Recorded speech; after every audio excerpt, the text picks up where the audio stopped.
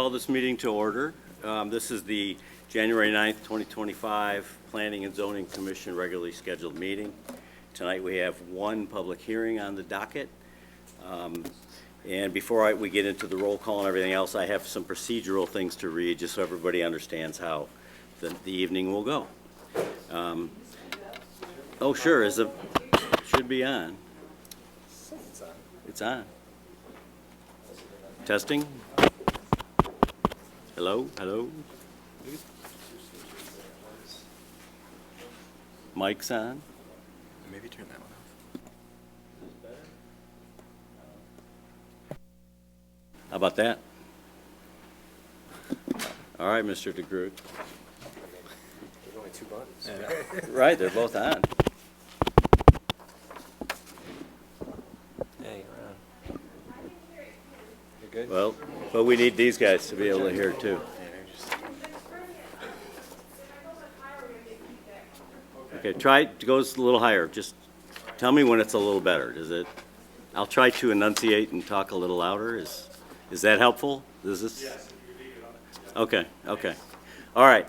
Good evening. This is the regularly scheduled January 9th meeting of the Geneva Planning and Zoning Commission. I am John Mead, Vice Chairman of the Commission.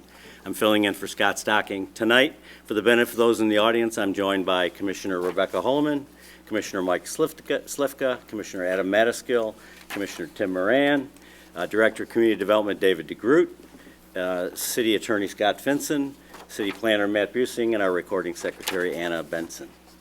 This evening, the Commission will host a public hearing for Agenda Item 5A.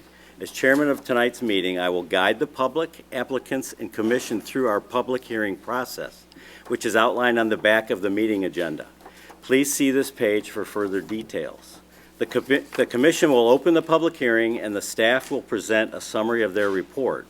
The applicant will then provide an opening statement and a brief overview of their requests. Commission members will first have the opportunity to ask questions and make comments. This will be followed by public comment and testimony regarding the requests. Audience members will be called on and given an opportunity to comment. We ask that you state your name when it is your turn to speak. If your comment has already been made or your question has already been asked, it is not necessary to repeat it. It's on the record. We remind members of the public to refrain from veering off topic and direct comments that are relevant to the requests being considered.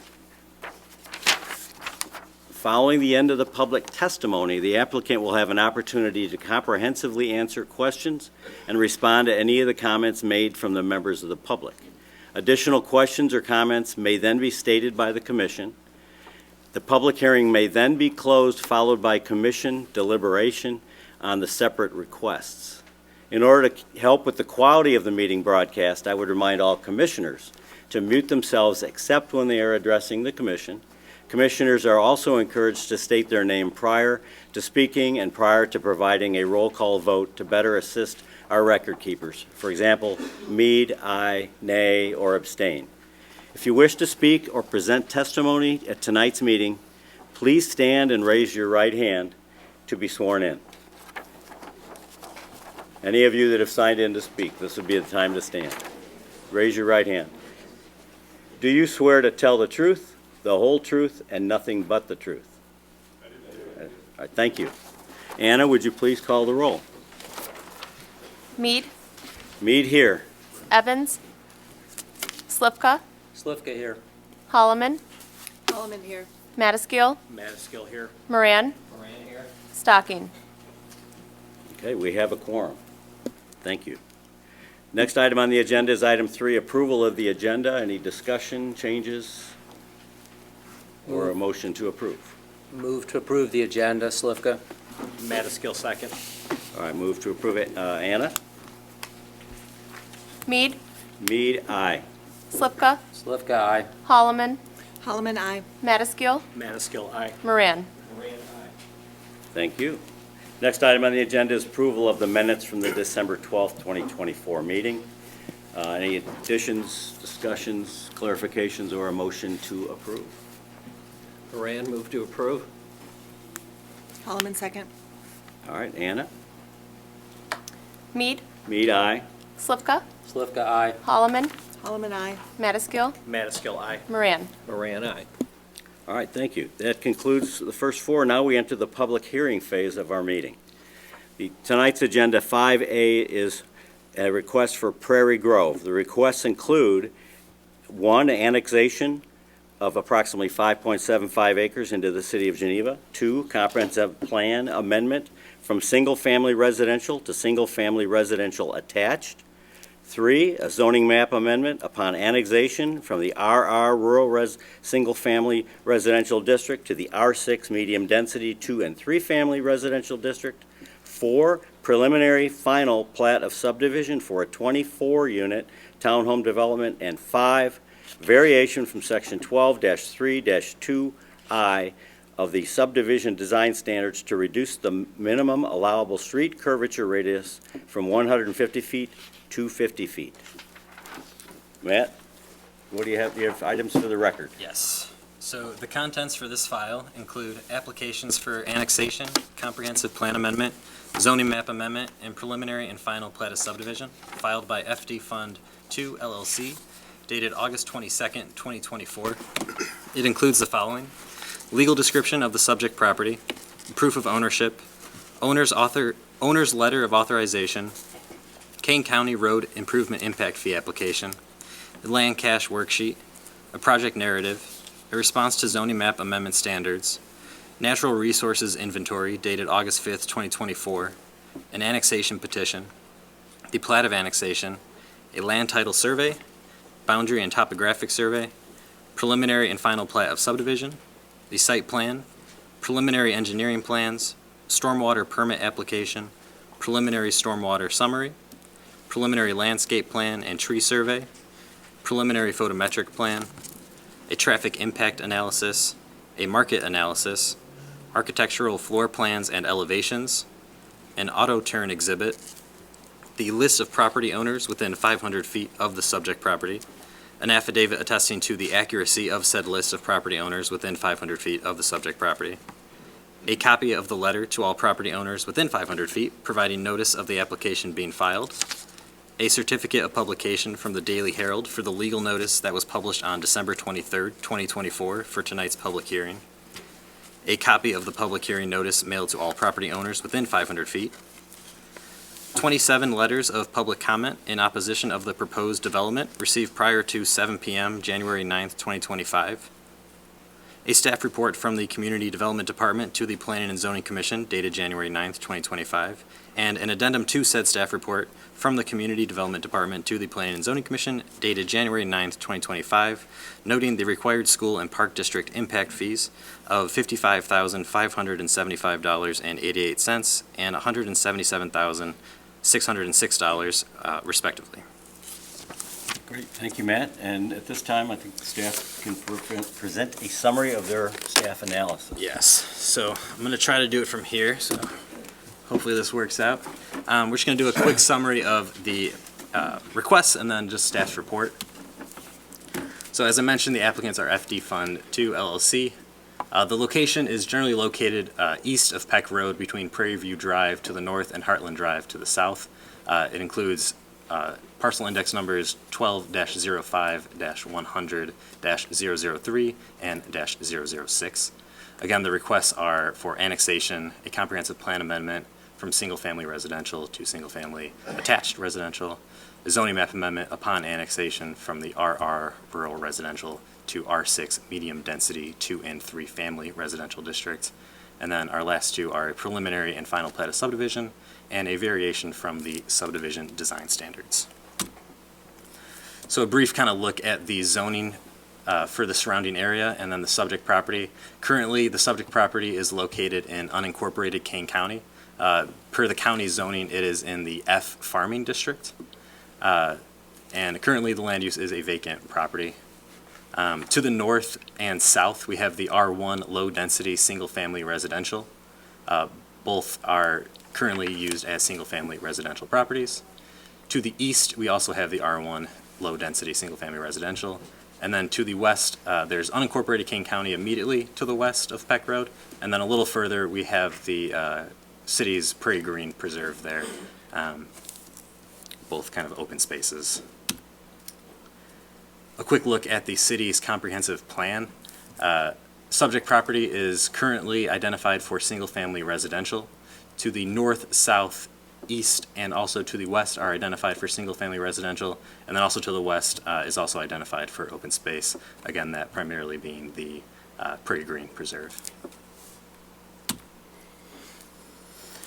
So we'll take a look at the requests here. The annexation, this isn't something that the Planning and Zoning Commission is going to review or provide a recommendation of, but the applicant is requesting the annexation of 5.75 acres roughly, located along Peck Road. The subject property is bordered by Geneva to the north, east, and west, and is within the city's planning jurisdiction to annex. There's also the capability to access the City of Geneva utilities if annexed. The second request is for a comprehensive plan amendment. The applicant is looking to change the comprehensive plan from single-family residential to single-family attached residential. Currently, the proposal is for a 24-unit townhome development. Those townhomes would be a combination of 2 and 3 family dwellings.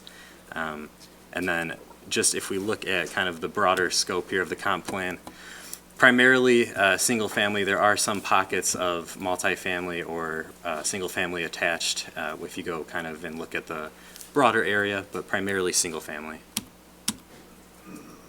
Third request is for a zoning map amendment. We're looking at a change from the RR rural residential. Subject properties that are unincorporated, if they are annexed, they are automatically zoned RR rural residential. The applicant is looking to modify that to the R6 medium density 2 and 3 family residential district upon annexation, which would allow for the use of their proposal for 2 and 3 family dwelling units. Along with this request, the zoning ordinance identifies 4 standards that the Planning and Zoning Commission is tasked with analyzing. The first being the existing uses of property within the general area of the subject property. We have the zoning classification of property within the general area of the property, the suitability of the property in question to the uses permitted under the existing zoning classification, as well as the proposed zoning classification, and then finally the fourth is the current comprehensive plan for the city. In staff's analysis, which can be reviewed in the report online, we found that all 4 standards were met, and we'll take kind of just a little look here at an analysis staff did of the density in the overall area. This might be a little hard to read. I got a copy here for myself to read as well. If you take a look, though, the darker colors, kind of the darker oranges, are the higher density areas in the kind of general area between Peck and Randall. As you can see, kind of on the eastern edge, there's Neighborhood 9, Neighborhood 1, and Neighborhood 2. All of those have slightly higher residential densities of roughly in the 4s, and then Neighborhood 9 is kind of an outlier. That one is in the 12s, and we're looking at dwelling units per acre here. There's a couple, Area D up in the northwestern quadrant, and then Neighborhood 10 in the northeastern, that are kind of roughly in the 3 dwelling units per acre. And then as you get further west, we have Neighborhood 5, Neighborhood 6, and the West Haven neighborhood, which are single-family neighborhoods. Those are the lower dense areas, more in the 1 to 2 units per dwelling or per acre. The subject property, identified with the star there on the western edge, is proposing 24 units on about 5.75 acres. The density there would be about 4.17 dwelling units per acre. So kind of comparable to what we see in Neighborhood 1 and 2, and then slightly above what you see in Neighborhood 10 and Area D. So the final requests here are for the proposed subdivision. The applicant is requesting a preliminary and final plat of subdivision. Staff found that the proposed subdivision conforms to all of the lot and area requirements in the proposed R6 district. The minimum dwelling area for that district is 3,250 square feet per dwelling unit. The applicant is providing lots that are significantly larger than that, and the minimum lot frontage is 50 feet. Most of the lots meet that. There is one that's slightly under, but the applicant has said that they will adjust that to conform to the 50-foot requirement. So all of the lots would meet the proposed subdivision requirements. The one variation the applicant is looking for from the subdivision design standards is for the curvature radius of the proposed road throughout the development. They are looking to reduce that from 150 feet to 50 feet. And then you can kind of see that there. It's in the northeastern part of the lot where the Prairie Grove Drive kind of bends there and then turns into the cul-de-sac. But that is it for the staff report. We can now turn it over to the applicant, and they have a presentation as well for us. All right, thank you, Matt.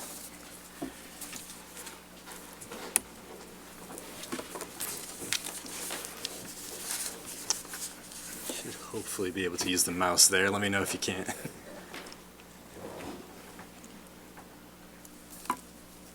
I have to scroll up one. Oh, you know, it's actually it's like a dual screen. Yeah, if you go to the right. There you go. And if you go, yeah, down. Okay, where are we? I think they're at the top. There you go. Yeah, and then. There.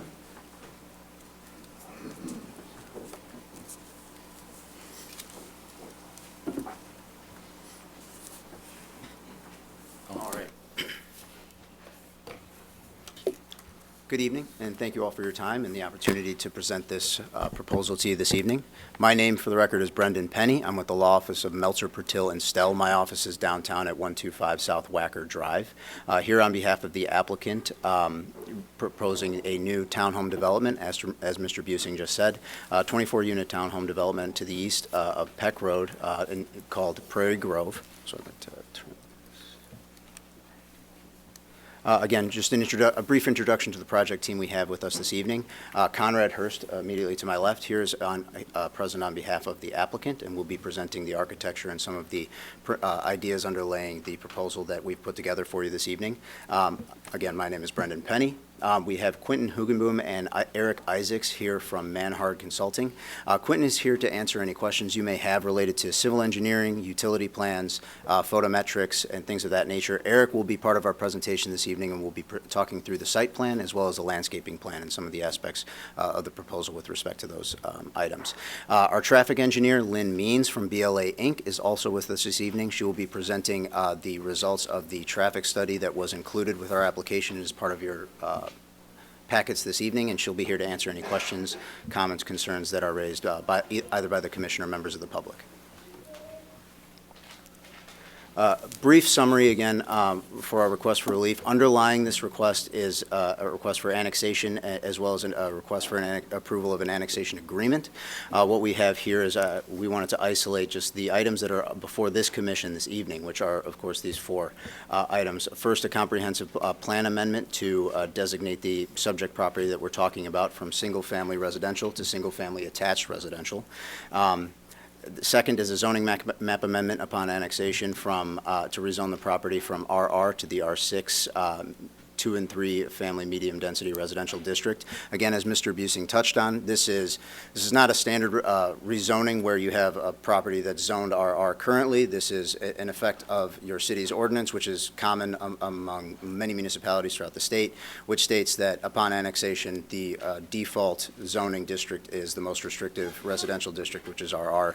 And so a request for annexation must be accompanied by a request for rezoning to any other district that you're requesting for other than that district.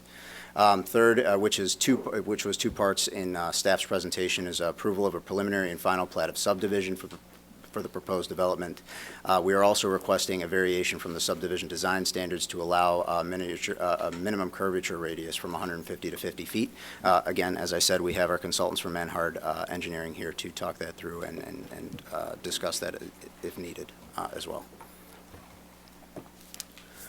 Here we have an aerial of the property. This is a contextual aerial that takes into account the larger residential developments in the nearby area. It takes into account the community surrounding Prairie View Drive there to the north and east, as well as the larger West Haven and Fisher Farms planned unit developments that accompany the various smaller residential subdivisions in the area.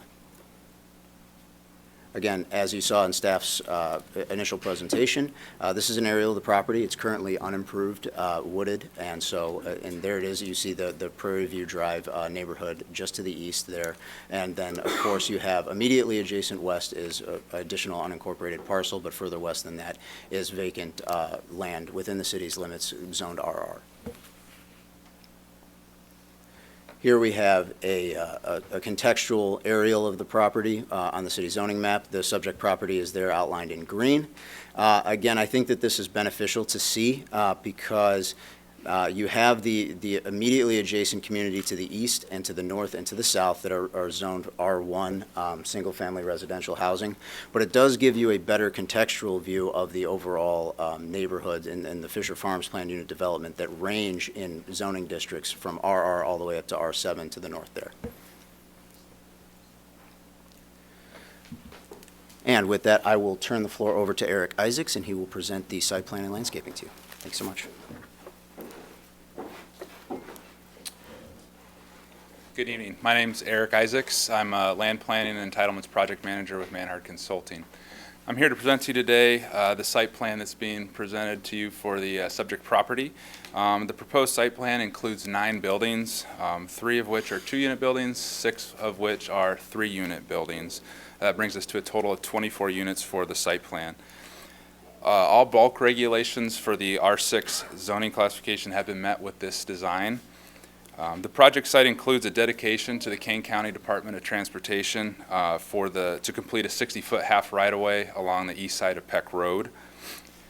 The site plan provides a public street, terminates in a cul-de-sac that allows for the circulation of emergency vehicles, snow plows, and then also the regular vehicular traffic.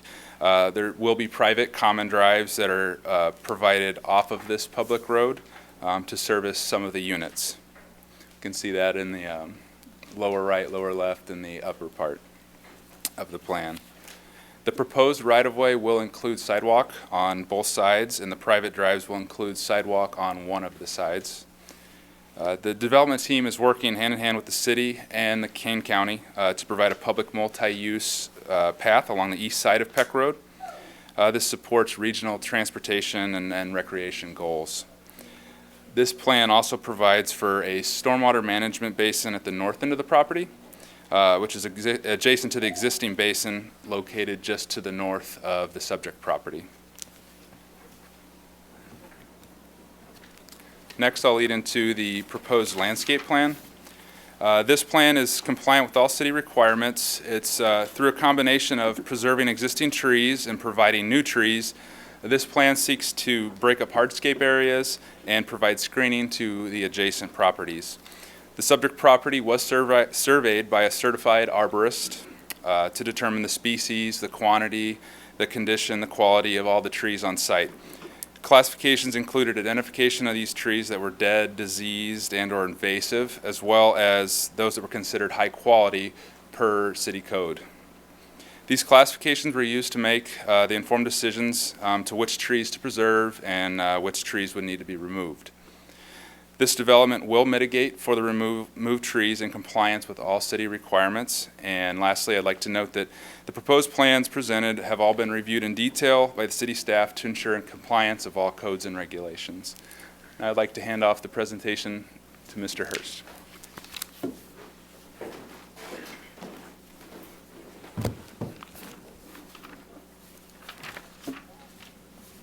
Good evening. My name is Conrad Hurst. I'm here to give the presentation on the development on behalf of the petitioner, and I'm going to talk a little bit about the kind of design intent and architecture of the development. So Prairie Grove features 24 traditional front-loaded townhomes. The units are predominantly ranch. There's 20 of those, 4 2-stories, with each unit type offering 2- and 3-bedroom floor plans and first floor primary suite options. Prairie Grove is designed as an age-targeted, maintenance-free community to meet the demand for this product type identified by our market study. The site offers a private and peaceful setting with proximity to major retailers as well as numerous parks and walking trails, making it an appealing location for this type of community. And then a little bit about the architecture. It's not designed as an entry-level product, so high-quality materials are used, hardy siding, LP trim, natural stone, premium landscape packages that are part of the base options. We worked hard to incorporate some of the classic Geneva aesthetics, so you'll see details like the Prairie-style windows and front doors. Overall, I think this is going to be a sharp-looking community, and we're excited to hear your feedback on it. I'm going to turn it over to Lynn now to talk through our traffic study, and then I'll I'll be happy to come back up and answer any questions anybody has. So thank you for your time this evening.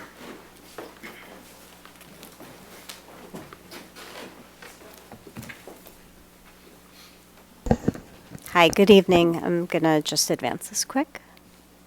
Let's see. Oh,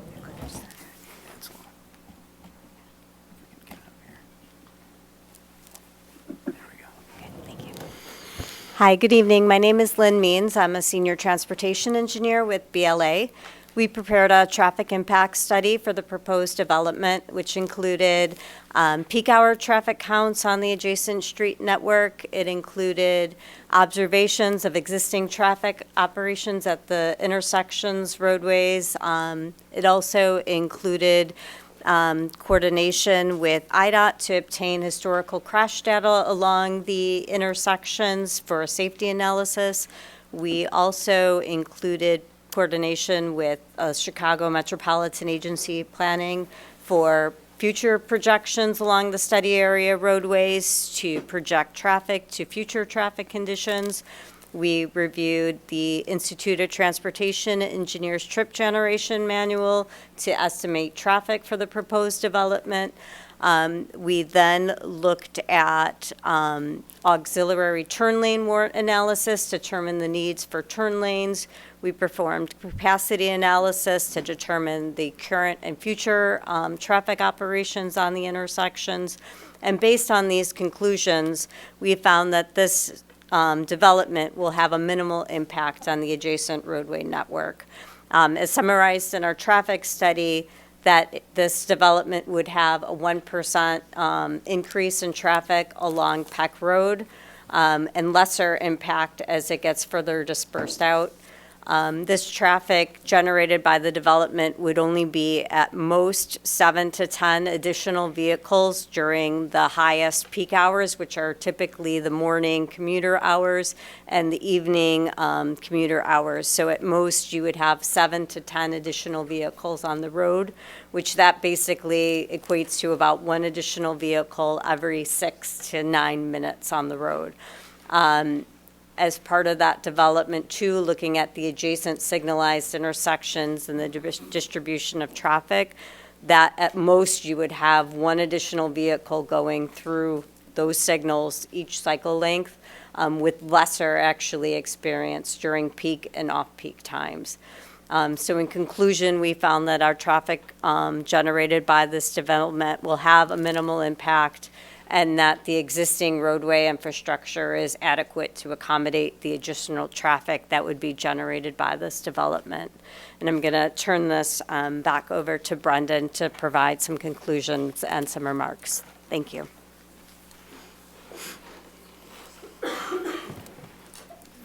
All right, thank you so much. I do want to note for the record that with respect to our request for a rezoning to the R6 district, we did submit responses to the applicable standards of review. They are included in our packet, but we would also like to highlight, as Mr. Busing went through, staff's thorough analysis that does include some very detailed analysis of the surrounding area and how this request for rezoning fits within the larger scheme of the residential area. And if I could, I would just like to make one comment based on some of the public comments that we received prior to this evening. There was some concern about effects on housing values in the surrounding area based on developments such as this with single-family attached housing. As part of the market analysis that we did submit with our application, which is part of your packets, we had our analysis contractor look at the surrounding area and look specifically at the single-family detached housing in the area neighboring other similarly designed housing on the east side of the development, and the northeast side and the northwest. And what that analysis concluded was that the effect of the townhomes in those areas did not affect or otherwise alter the appreciation of the single-family detached housing that was neighboring it in any of those respects. That is detailed on pages 11 and 12 of the market analysis put together by Market Analysis LLC and as part of the packet. If I can pull the page, I will.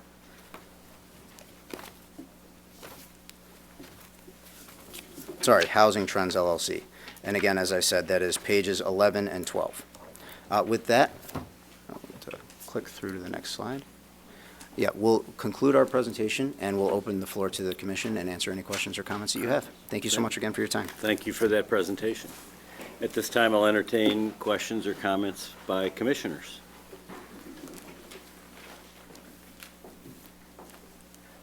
I have a question. Rebecca. And this is directed towards you, I think. I just had a question about, in part of the slide presentation, you mentioned like an age targeted. Yep. Yeah, so I just wanted to get a little more clarification on what that was. It's really about the amenities and the design, so the single floor living, right, and the ranch, single, first floor primary bedroom options, zero maintenance. And so there's not gonna be any restrictions in place, it's just a product that appeals to that demographic, which was identified as, an underserved demographic in Geneva in terms of availability of that product type, and then a surplus of demand for that product type. And what demographic? 55 and up, if you 55 wanna put a and up, number on it. okay. So then sort of to piggyback on that, I guess, do you have a price range in mind that you're, Yes, and depending on, you know, the project schedule, that could escalate. It's gonna ebb and flow a little bit with the market, but the starting target point is gonna be anywhere in the high 4s to the low 5s. okay, And that's for a base, you know, there's gonna be options for Two-bedroom. basements, things like that, but that'll be the low end of the starting, okay, thank you. no problem. Thank you. Commissioner Slivka. Just kind of a follow-up question. So with the age target, there'll be an HOA, this will be a maintenance-free community, is that the intent? Absolutely, sir. And we have the best HOA attorneys in the market on our side, so. Thanks, thank you. Commissioner Madaskil. As far as doing construction, would it be done in a phased manner? As far as like sales velocity, or how would you? Yeah, construct? it would be tethered to the sales velocity, so we would go in and we would put together one of the units to have some models, and ideally we'd have a couple of pre-sales so that we could get rolling right away with those and continue building, if not at least one unit at a time. Any idea of where you would start, like which buildings would be first to finish?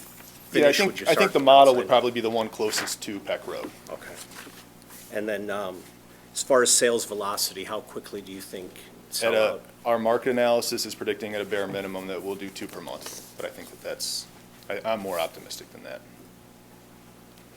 That's all I've got. Thank you. No problem. Thank you, Adam. Commissioner Moran. Yeah, a couple of questions. First one is really for city staff. When you take a look at the density map, and we see to the north and immediately to the west, what we have is R1. But you're drawing the conclusion that if you expand that perimeter, that it becomes acceptable to now include, for purposes of your analysis, neighborhoods that are further away that have R4, R7. And my question is, at what point does that comparison really not make sense? So yeah, so just from our analysis, it was kind of a question we were wrestling with too, you know, where do you look at in terms of density?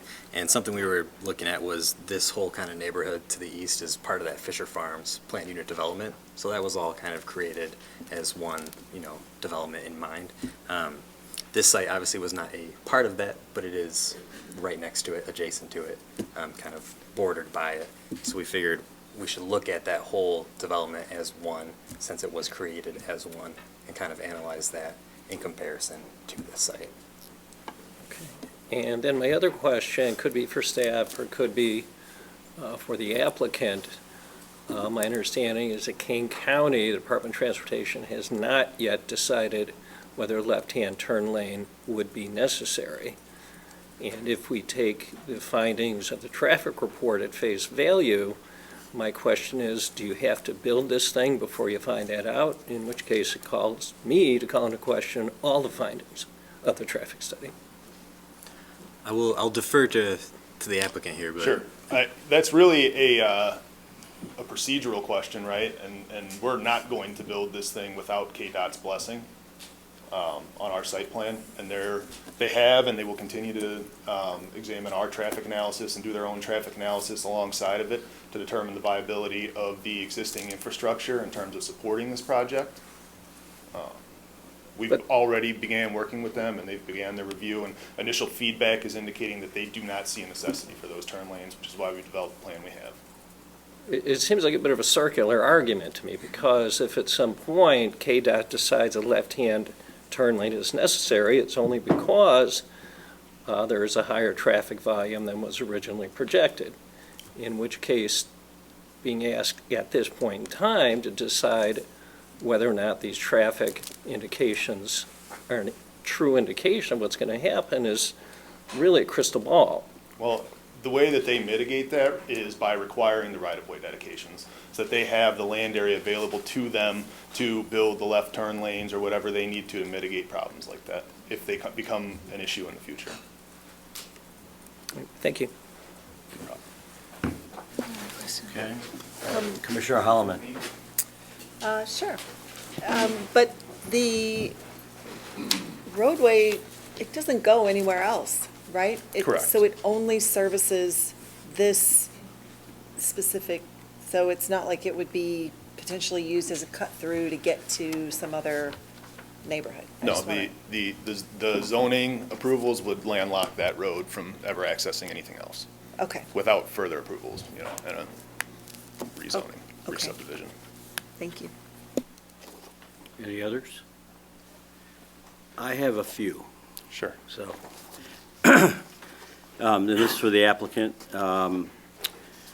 Did you pursue potentially 2 points of access so that you didn't need a cul-de-sac? My thinking is, for a street like this, if something happened and Prairie Grove Drive was not accessible by an emergency vehicle due to a tree falling or an accident or something, and there was an emergency deep into the cul-de-sac, how is that rectified? So the best is to have 2 points of access. So what was the thinking there, and what efforts were made in designing that? I want to give two answers, and for the second half of that, I'm probably going to call one of the engineers up. Okay. But, cul-de-sacs are not new, and No. so I'm sure that scenario has presented itself and has had to be overcome in the past. Right. But the fire department has reviewed this project for exactly those reasons, to make sure that they are able to access it safely in the event of any emergency, and given their approval for the site plan as drawn. I know that we did at one point we've had a lot of iterations of this drawing, and the one we landed on was obviously what we think is best, but do you guys recall, can you speak to why we didn't stick to the horseshoe that we had? Quentin Hogan, Manor Consulting. We did talk to KDOT. They do have very specific requirements on the spacing of allowable driveways, and in this case, they would only allow one. If we need to provide additional information, code reference, we can. But I do want to point out that the way one of the private drives heads westward toward the south side, Right. the grade is pretty much on grade with PEC. So if there was the case of an emergency, there is traversable land there. But KDOT wouldn't allow a second access. Okay, I was envisioning that they might be too close together because of Yeah. the tightness. Yeah, for this level of frontage. But I still wanted to raise that issue. I guess the question for staff, is there any type of precedent for providing an emergency access like this, whether it's just maintaining grade, dirt, grass at grade level for the road, so there could be access there, or is there anything you can think of that would mitigate some of the risks I'm thinking about? The code allows for dead ends or cul-de-sacs at a length of up to 500 feet, which this complies with. Okay. And in cases where we've exceeded that without a second access point, we've explored those kind of alternatives. But in this case, where it's code compliant, we did not. Okay, that's fair. All right, next question. Again, I focused on the left turn lane. I live to the north of this. I can see this site from my backyard. I live in an area that's got R7 and R4, I guess we are, or R whatever. But I can see the site, and I sit in my backyard and I watch Peck Road all summer long. the only point of access where left-hand turns do not have a turning lane it's Heartland Drive, right, or for Heartland School. And when there's left-hand turns there, traffic does back up. Every other intersection, Prairie Ridge Drive and Prairie View all have left-hand turn lanes, which helps mitigate traffic conflict going south on Peck. So is it only the county's decision whether or not a left-hand turn lane comes in, or could you put one in at your request and as part of your development? I'll turn to the traffic Because I think engineer. that helps with the overall traffic flow, because traffic does back up at Heartland per se when you're trying to get south to Kesslinger and Caneville.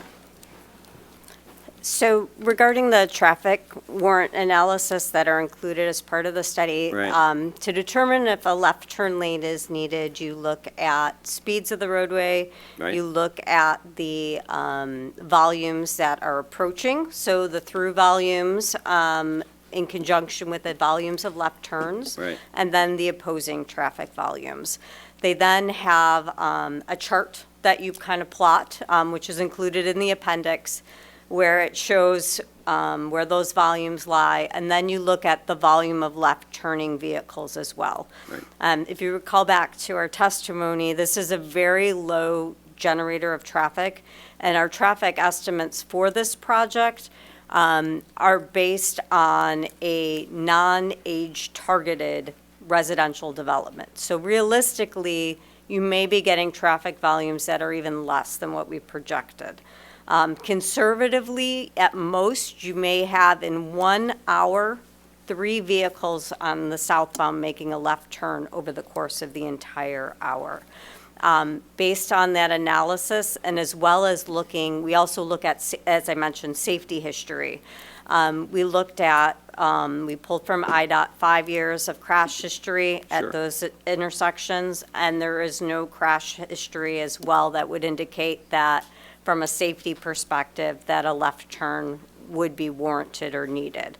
So based on that information, instead of putting impervious area where it's not necessarily needed from a traffic flow perspective, based on our analysis, there's adequate gaps, and we expect there to be adequate operations given those very low volumes. A left turn lane isn't currently needed. But again, should traffic in the future grow exponentially along Peck Road, they are dedicating that right way, which gives the county the opportunity to make improvements, which they could do 3-lane, 4-lane. They're Right. providing a 60-foot half right-of-way, so they could expand, put bike facilities, what have you, if they wanted to match. I think some point down the future, they may match that cross-section to the north and go further south. All right, well, thank you. That was a thorough answer. And it's a good point to bring up that this is 24 homes, Yes. probably somewhat age-targeted, if that's the right word. Whereas Heartland, where I do see some pinch points in the traffic, is access to ton more homes. And Yes. all the way over to Fisher Drive. So I think that's a fair That answer. contributes to that All right. analysis. All right. Thank you. Thank you. In the staff analysis on page 9, they talk about a future improvement for public bike path along Peck. My question is that not going to be constructed with your site? Because I know there's no path to the north and south. I use the path every day where it exists, but I wouldn't want to see it deferred. No, the plan is not to defer that. We will Okay. build the improvement where we can, which is on our property, from Okay. end to end. And I would be happy to kind of work with the city to figure out how we can endeavor to get that Right. path connected to the north. Because I Right. think that would be a great amenity, not just for the new community, but for the community at large. Yeah, it's a great to amenity. Expand that Yeah. path. Yeah, and if and when properties to the south Mm-hmm. and north are developed, or if you can pursue some way of Absolutely. connecting that adds benefit to all people in the area. I So- agree with But that. that will be developed when you develop Yes, this sir. property. All right, thank you. Question, is parking allowed overnight on Prairie Grove Drive is it allowed at all in the cul-de-sac? If cars are parked in the cul-de-sac, my fear is that it could interfere with the turning radius of emergency vehicles, particularly fire trucks. And also, you talk about 2 designated snow removal storage areas in the cul-de-sac. I'd like someone to point out where those would be so that they do not interfere with the ability of emergency vehicles to turn and exit the site, to access units and to also exit the property. So if you could talk to that a little bit. Sure.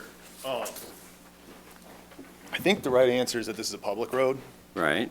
and so city will have oversight as to who can and can't park, when, and for how long and where.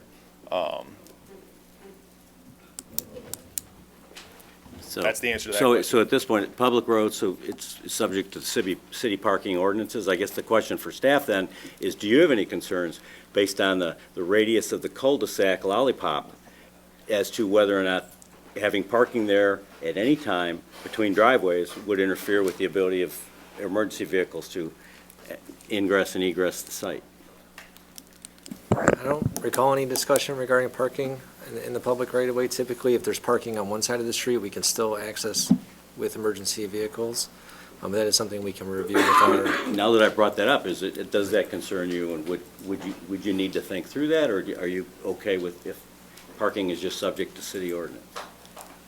I think we can review that with our emergency services to make sure that we still have access. So if this moves forward, subject to final approvals or whatever the conditions are, Subject to final would that engineering fall under approval. that? It would, Okay. yes. And I'd be comfortable with that, as long as you consider that as you move forward. To answer your question regarding the snow stacking areas, I Oh, believe yeah, you can sorry, see the sorry. red pointer. So this area here would be reserved here. So it's off the street? It'll That's be- correct. It yeah. would be the parkway typically. We'd leave it clear of any fire hydrants, trees, Okay. things like that. And then also there would be room along here. You can notice this is a larger side Right, yard for this right. unit. Right, so it's not going to be in the street or in the center of the correct. lollipop or whatever to... Yeah, that's a requirement of the Okay. city, yep. Okay, I think that's fair. The neighborhood I live in has similar dynamics, and we use certain parking, or parkways for that purpose. Let's see here. On page 1, it states that there are 2-story units. It says there are 2-story units being the middle units of the 3-unit buildings, but there are 6 3-unit buildings, and I heard somebody say there's only 4 2-story units. So are there 2 3-story units where the middle unit is not a 2-story unit? The math didn't add up for me, because I looked at your architectural plans and elevations, and it looked like the middle building would always be a 2-story. So are there 2 3-unit buildings that do not have a 2-story unit? Or are No, there going to I'm be sorry, 6, or are there going to be 6 2-story units? That was just a typo, and I get a little nervous public speaking, so I was just reading straight off the script. Okay. There are 5 two-story units. 2, 3, 4, 5, 6, 6. Oh, 6, I'm sorry. 6. 7, 5, yes, 7, 6, 5, 4. All of the 3, middle 2. units are Okay. two-story units. Okay, so they're, okay, perfect. The math adds. All right, let's see. Question for you. Have you guys had discussions with either anybody at the Fisher Farms Master HOA or President Arnie Silvestri about being a neighbor, and I guess a question for city staff is, because of where this is located, is there any requirement that they are part of or subject to anything related to the Fisher Farms Master HOA? There's not. They are outside of the PUD. Okay. They're unincorporated. They're providing their own stormwater detention, so there's no, Okay, their own HOA, there's no need to Okay. participate. thought it was a fair question, just where it's located. And just to follow up on the question regarding parking, if you look at the auto turn exhibit included in the packets, Uh-huh, it looks like parking would need to be restricted at the northeast corner where the road turns right. and within the cul-de-sac. so do you think that would be done by signage or curb colors, or? We would have to do that through the amendment to the code to restrict parking on the new street if it So is. that'll come if out of it's the approved. design review? Correct. Okay, thank you. Are all the buildings architecturally, are all the buildings going to be the same design and color, or are there anti-monotony attributes to the project as you look around the 7 buildings, or? Primarily, Eight we'll accomplish that with different colors. Okay, so there will be different color siding throughout? Okay. So you will have an HOA. You can't avoid that with the common area and the services you need to provide. I'm just curious, have you figured out yet what the HOA will not allow? I mean, will there not be fences allowed because you're attached buildings? Will sheds not be allowed? Or have you figured out any of that? I know HOAs can change things over time, but I'm just looking for your initial thoughts as to how the HOA would approach a more dense community, shared walls, and being proximate to other residential areas. Yeah, well, that's part of an ongoing discussion and an open discussion with staff as well. Obviously, the HOA would require all owners and future owners to comply with code requirements. Right. Which would prohibit, given the space of these lots, would put, significant constrictions on what you could put there as accessory buildings or Right. structures. Or if at all. Right, exactly. So that's to be determined, but, and staff is involved in that or no? I mean, it'd be subject to, if they wanted it to, just general zoning requirements, then Right. that would be staff's review. But the construction of the actual HOA requirements wouldn't be under Right. staff's purview. Well, I know we've changed some things since we were approved as well. but- Oh, I'm sorry, I'm sorry. My mic is not working, and I apologize for that. For the applicant, and I ask this of every residential developer, was there any consideration for having an affordable component to this project? And if there was not, why not? The city has a stated desire to increase its affordable housing in the city. Sure. To be honest with you, in a community of this size and with its target demographic, it was just not something that made sense for this one. And it is easier when it's a rental community, I know that, so. Yes. Okay. One last question for the applicant. I don't think I've heard of you guys. Okay. Can you give me where are you out of? What other Yeah. communities have you built? Just a little bit of a resume for the public and for all of us to know who our new neighbor is.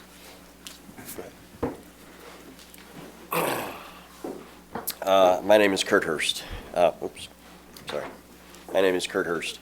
I started a home building company in 1992. Sorry, I have a little cold, so apologize for the congestion.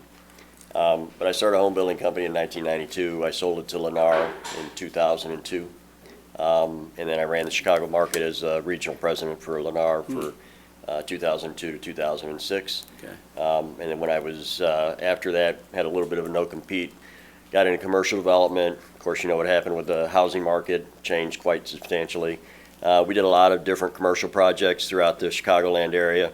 I built homes, probably 3,000 or 4,000 homes over the Chicagoland area over the last 30 years. And currently, our commercial portfolio, we have substantial holdings in downtown St. Charles, the Arcata Theater, a couple of others as well. So we have 30 years of experience. We're very comfortable in this arena. We think that the residential market is very robust right now. We think that the opportunities are, there's not a lot of builders like we were when we were 25 years ago, if you're familiar with the market. Right. So we think that's a great opportunity. All right. Well, thank you for that. I Googled, was it Veta Homes, and I couldn't. It's I a found new something in entity. St. Charles, but there was really no information. Yeah, the play on words there, if I can, is Summit Homes was the name of the company that we had before. Okay. And Veta is Summit in Italian. So it's okay. an extension of that, because All right. there's still we cannot use the name Summit. We would have gone back to Summit for name recognition, but under our acquisition, we couldn't do that. All right. So, Thank you.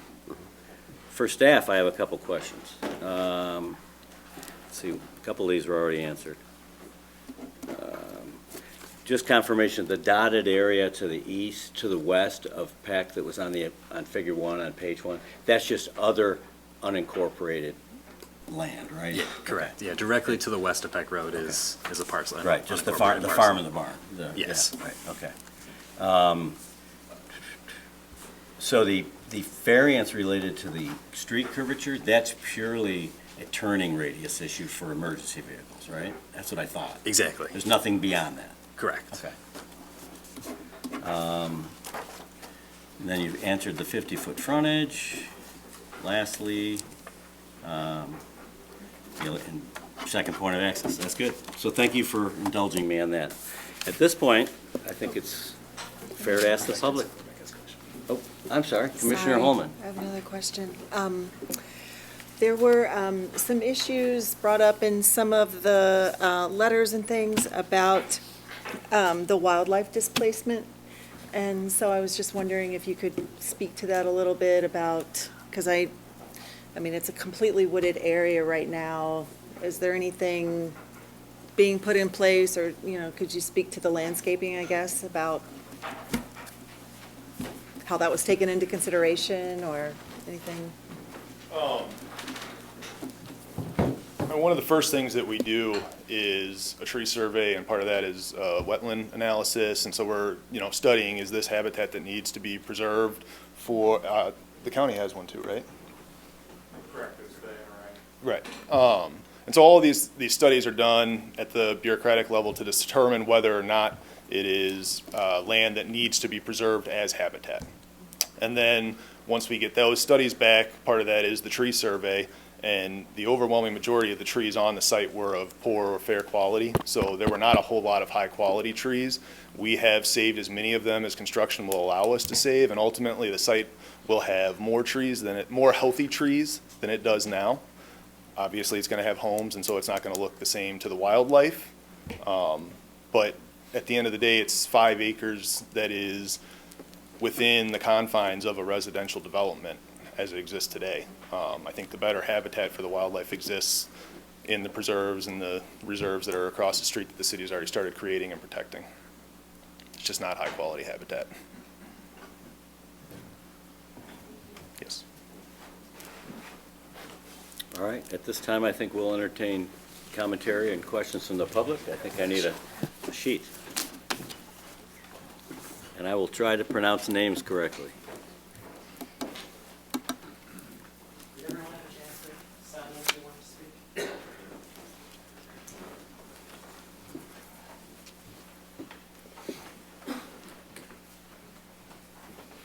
Thank you, Matt. Okay, I'm just going to go in the order of the sheet here. Kristen Lepre, or Louvapre? Forget it. Okay.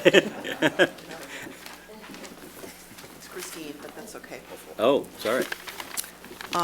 Christine Luop. I'm actually here on behalf of my father, Anton Perkart, who lives at 1N533 Peck Road, which borders the entire south section of this property. Just a quick history. I grew up in this house where my dad still lives since 1978.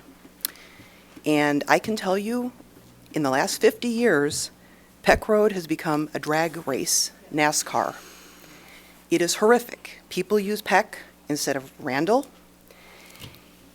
If you are standing on his driveway and you're facing west, you can see both ways on Peck. If you're coming from the south, it's a hill. You cannot see over the hill, and anybody turning into this subdivision is going to get hit. My next question, which kind of goes with that, and I know you guys are saying it's 55 and over. Are you marketing to 55 and over specifically, or are you also marketing to families? We're going to market it, and it's designed so the product attracts that demographic. There will be no Ma'am. restrictions on that. I would I ask that don't- you direct your questions to me, and then the Okay. applicant will have a chance to respond at the end. Okay, If so then that's the okay. question is, if somebody comes with kids, where is the bus stop? Because I had to get on the bus on Peck, all of us originals, and we had to cross the street. I would never want a kid to cross the street today. Thank you. Okay. What was my other question? I'm sorry. Fencing and a barrier was mentioned on the east side of the property. What about the south side of the property? Which also goes along, somebody had mentioned, are sheds going to be allowed? What is the HOA going to allow? Because their backyards are going to be directly in facing his property. I think that's it. Just, and I know the traffic study was done, but I'm telling you from experience, I don't care if this only adds 10 cars. you're asking for an accident in that location. I have sat in that driveway for up to 5 minutes waiting for traffic to go by. And somebody who cannot see over this hill, for people turning left, there's going to be accidents there. Thank you. Thank you. Next, we have Bill Behrens on Willowbrook Way. Hi. So my concerns were really around Peck Road. What she says about the traffic, it is a higher volume. I think, I haven't read the study that they had done, but I'd like to look at their peak hours because it's kind of a weird area where you have two school districts that have their main bus facilities nearby. So if you take normal peak hours at like a rush hour, you're really not going to get the peak traffic because there's so many buses that go through there. And then you also have to consider the traffic from the courthouse, which comes through really fast in the morning. And so when I make a left turn out onto Peck, I mean, it's a good, 3-4 minute wait to be able to make a left turn. So I just think we need to look at the traffic study again and then bring back the Kane County people in, because why there wouldn't be an additional turn lane there, I mean, I can't understand that. So the other thing is the bike path stuff. If they're putting a bike path out front, it's not really going to go to anywhere. Correct. It's going to go to 2 drainage ditches. So how are the kids going to get to school?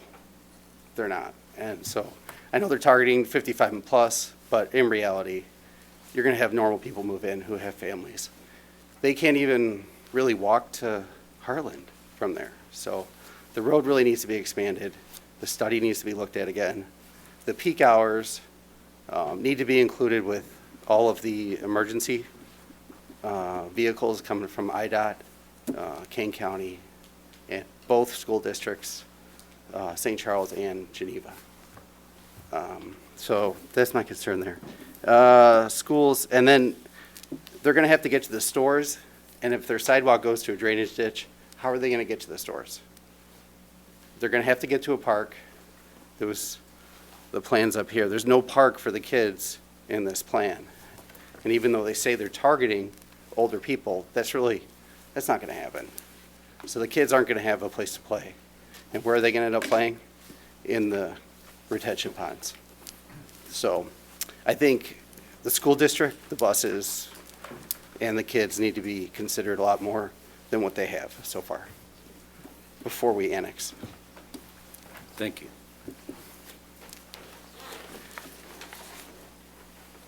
Quentin Hogenboom. Oh, there. Okay, all right, thanks. Eric Isaacs, he spoke. Jason Schaefer? Schaefer or Shaper? I think it's an F. Say his questions real fast. Okay, thank you. Curtis Hurst, okay. Conrad Hurst. Eileen Stocking.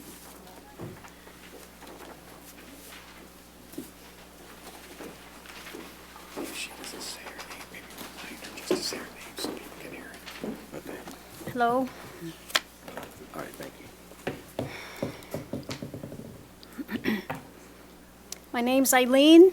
I thank you all for your time and attention. And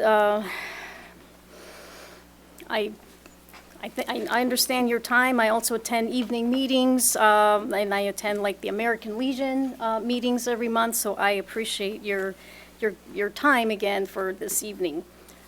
I've lived in Geneva for 21 years. I've purchased 2 homes in Geneva. That's how much I like it. I've lived on the east and on the west.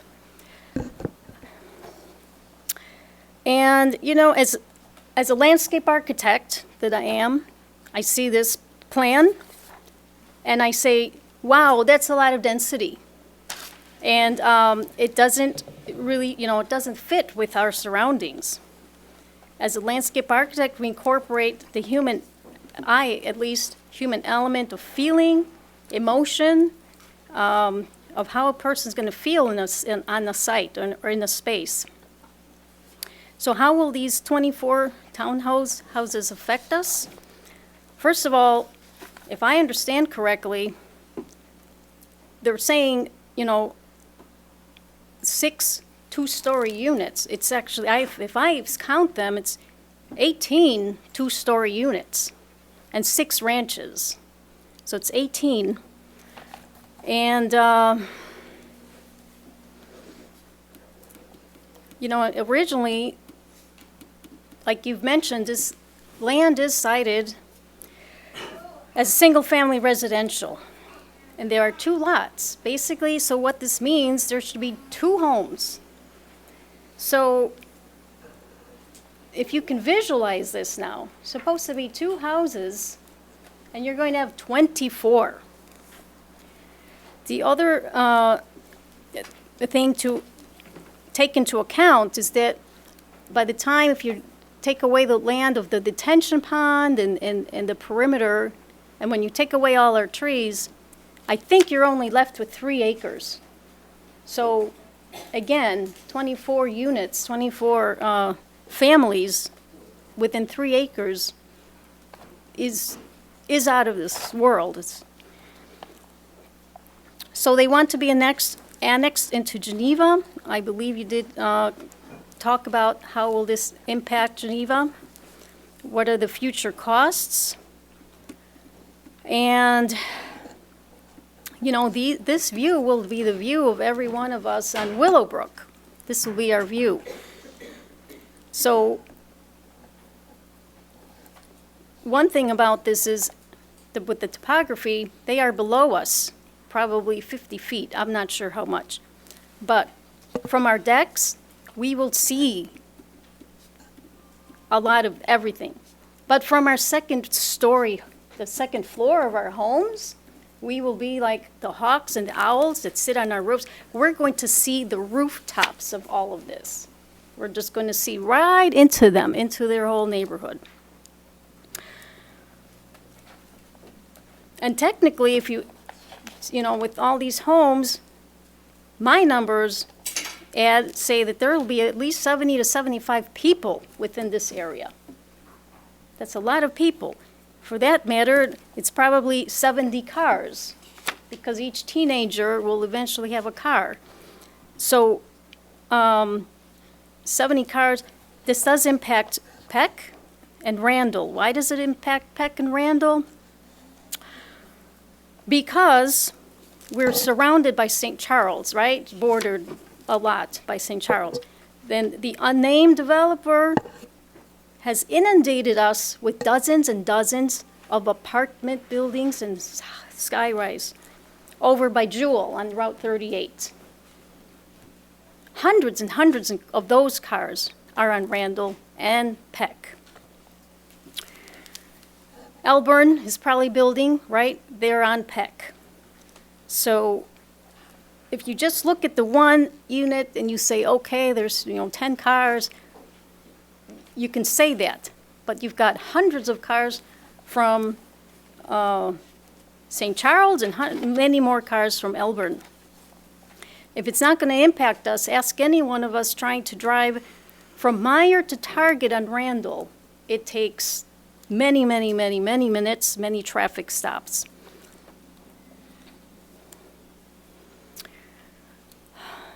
I believe that our values of our homes will go down because of the density. When the realtor brings the people over and, they come visit our backyards and they look out the backyard and they're going to see this density, they're like, oh, you have all those people down there. Okay, well, we'll pass on this house, take us somewhere else. You already have 27 letters in addition to all the people here. You have 27 letters of opposition. I spoke to my HOA within Fisher Farm. I don't know if he sent a letter, but they mentioned that they would send a letter of opposition as well. Now, let's talk about the trees. Those are amazing trees. You wait 50 to 80 years for these trees to mature. A lot of us, we work extra jobs, many hours to buy high-priced wooded, prairie, farmland, or tree-lined properties. We work hard. We look for these properties we have them, and now you're going to cut our trees. It's unbelievable. Our resident deer, hawks, owls, all the bird species, they will be gone. And this will affect the quality of life and our quality of life and our emotional being if you cut our trees. Also, these large trees, or even the medium-sized trees that are within and the evergreens, they will provide some form of buffer or barrier. Because like I said, from our second stories, we are just going to look down upon them. In terms of the structures or architecture, if they could match, their surroundings. For example, there are some very nice homes within Prairie Crossing. If they could be similar to those, at least there's some coherence, something that matches, homes that are within Prairie Crossing or Fisher Farm. So let's talk about the safety and function of the children and drivers. Okay, you must automatically place a no left turn sign because there will be deaths. I referenced Roberta Avenue and North Avenue, all one-lane roads needing to turn into a subdivision. Vehicles traveling at 50 miles an hour cannot stop on a dime, and there will be obviously accidents, and deaths will occur. So then you expand Peck Road, and then you will apply the eminent domain to take away the right-of-way, which means you're going to further reduce the acreage of this lot. So if I could show it on there, but I can't. So at least the first 3 units that are the most closest to Peck Road should not even be built or exist, because by expanding the road, you're going to be that much closer to those first 3 homes. Also, if you see the neighbors, the first lady that spoke that said she grew up in that house, here's the house. It would be south, right? The very single house. He's set in, he is really set in, and he has all of this green space. So at least those 3 shouldn't even exist. Let's see.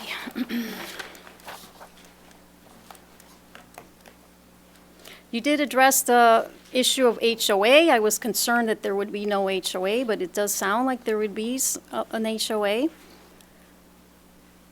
So my vote would be to keep its original classification a single family, and to keep all the mature trees, and at least to have some of the homes, the homes look like the neighborings, at Prairie Crossings or within Fisher Farms. Geneva does happen to need some ranch-style homes. Therefore, the best planning decision should be to keep the single-family status or allow the minimum number of ranch homes. I would say because you're limited down to 3 acres, I would say just build 2 to 4 ranch homes maximum.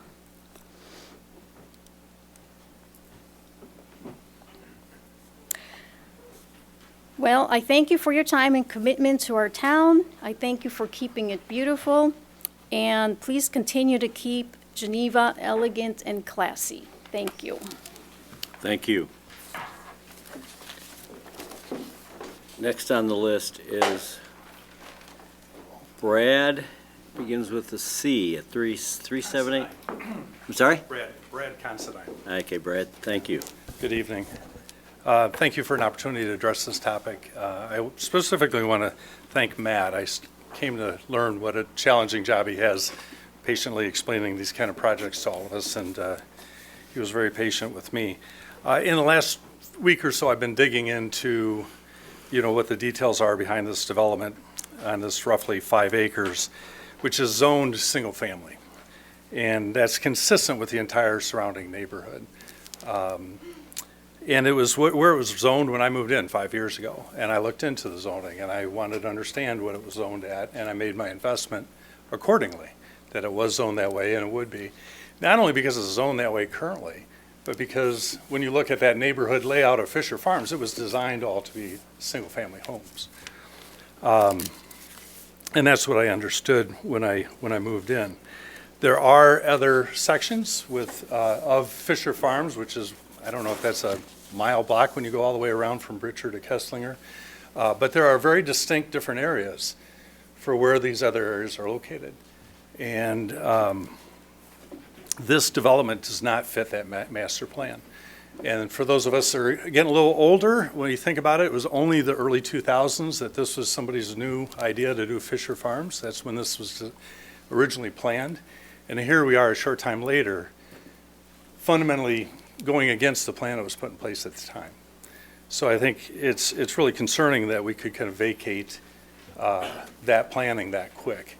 I would say when you look at that overall layout map, and there was kind of the orange area of this development, it was very clear that it was greatly removed from the other areas.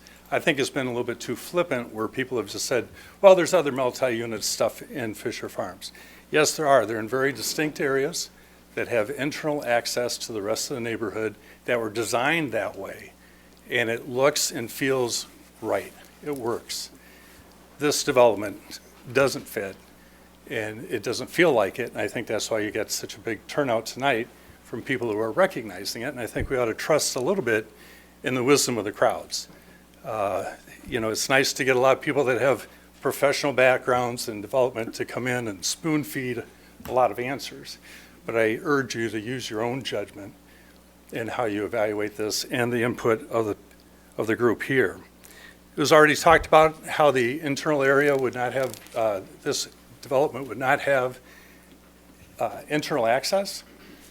Kane County in 2004 put in their regulations for subdivisions that the subdivisions had to have projected lines of internal access into future subdivisions to avoid this very issue of containing communities in an isolated space. And I think, what we're setting up here feels like we're bending over backwards to force fit something that just isn't a good fit. This kind of density that we're talking about doesn't allow for proper curvature of the roads. It's a challenge with the roadway. The sidewalk to nowhere is, I think, maybe sitting in the easement, which Kane County won't allow. And so I'd like you to follow up after I sit down with that question for the developers. You should also note that there is a large retention pond to the north of this proposal. Your question earlier about the wildlife. It is an extremely active migratory bird area, sometimes to our annoyance, but thousands of geese have been through there. They get out onto the Prairie Green area that Geneva owns that was designed to help cultivate that. They feed out there and they cycle through that pond along with a bunch of other types of birds, whether it's ducks to cormorants to blue herons. I mean, everything is out there. It's very, very active. And I think this could very well be disruptive. So I think your question's exactly spot on.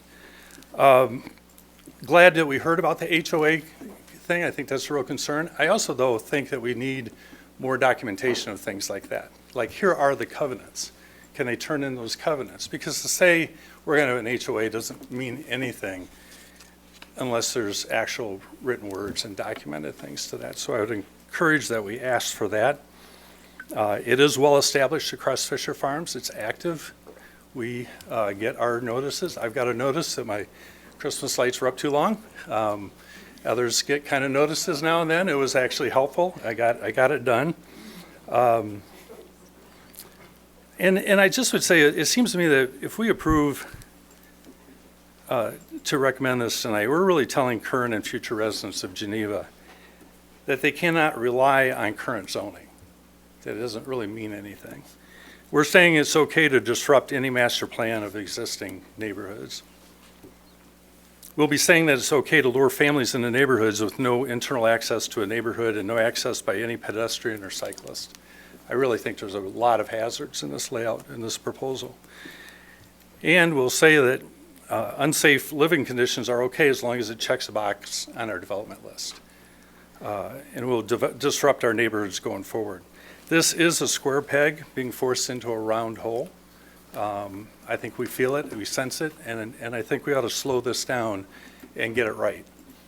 There's no need for this level of density.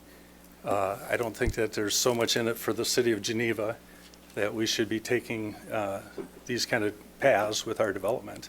And I urge you to address that by denying the request. Thank you. Thank you.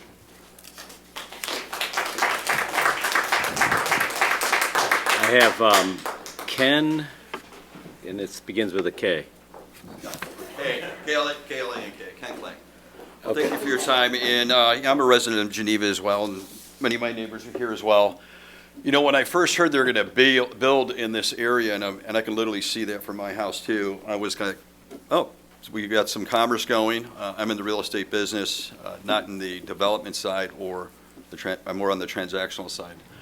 But I was excited, and I'm like, oh, they're going to build some homes, because I knew it was a zone residential.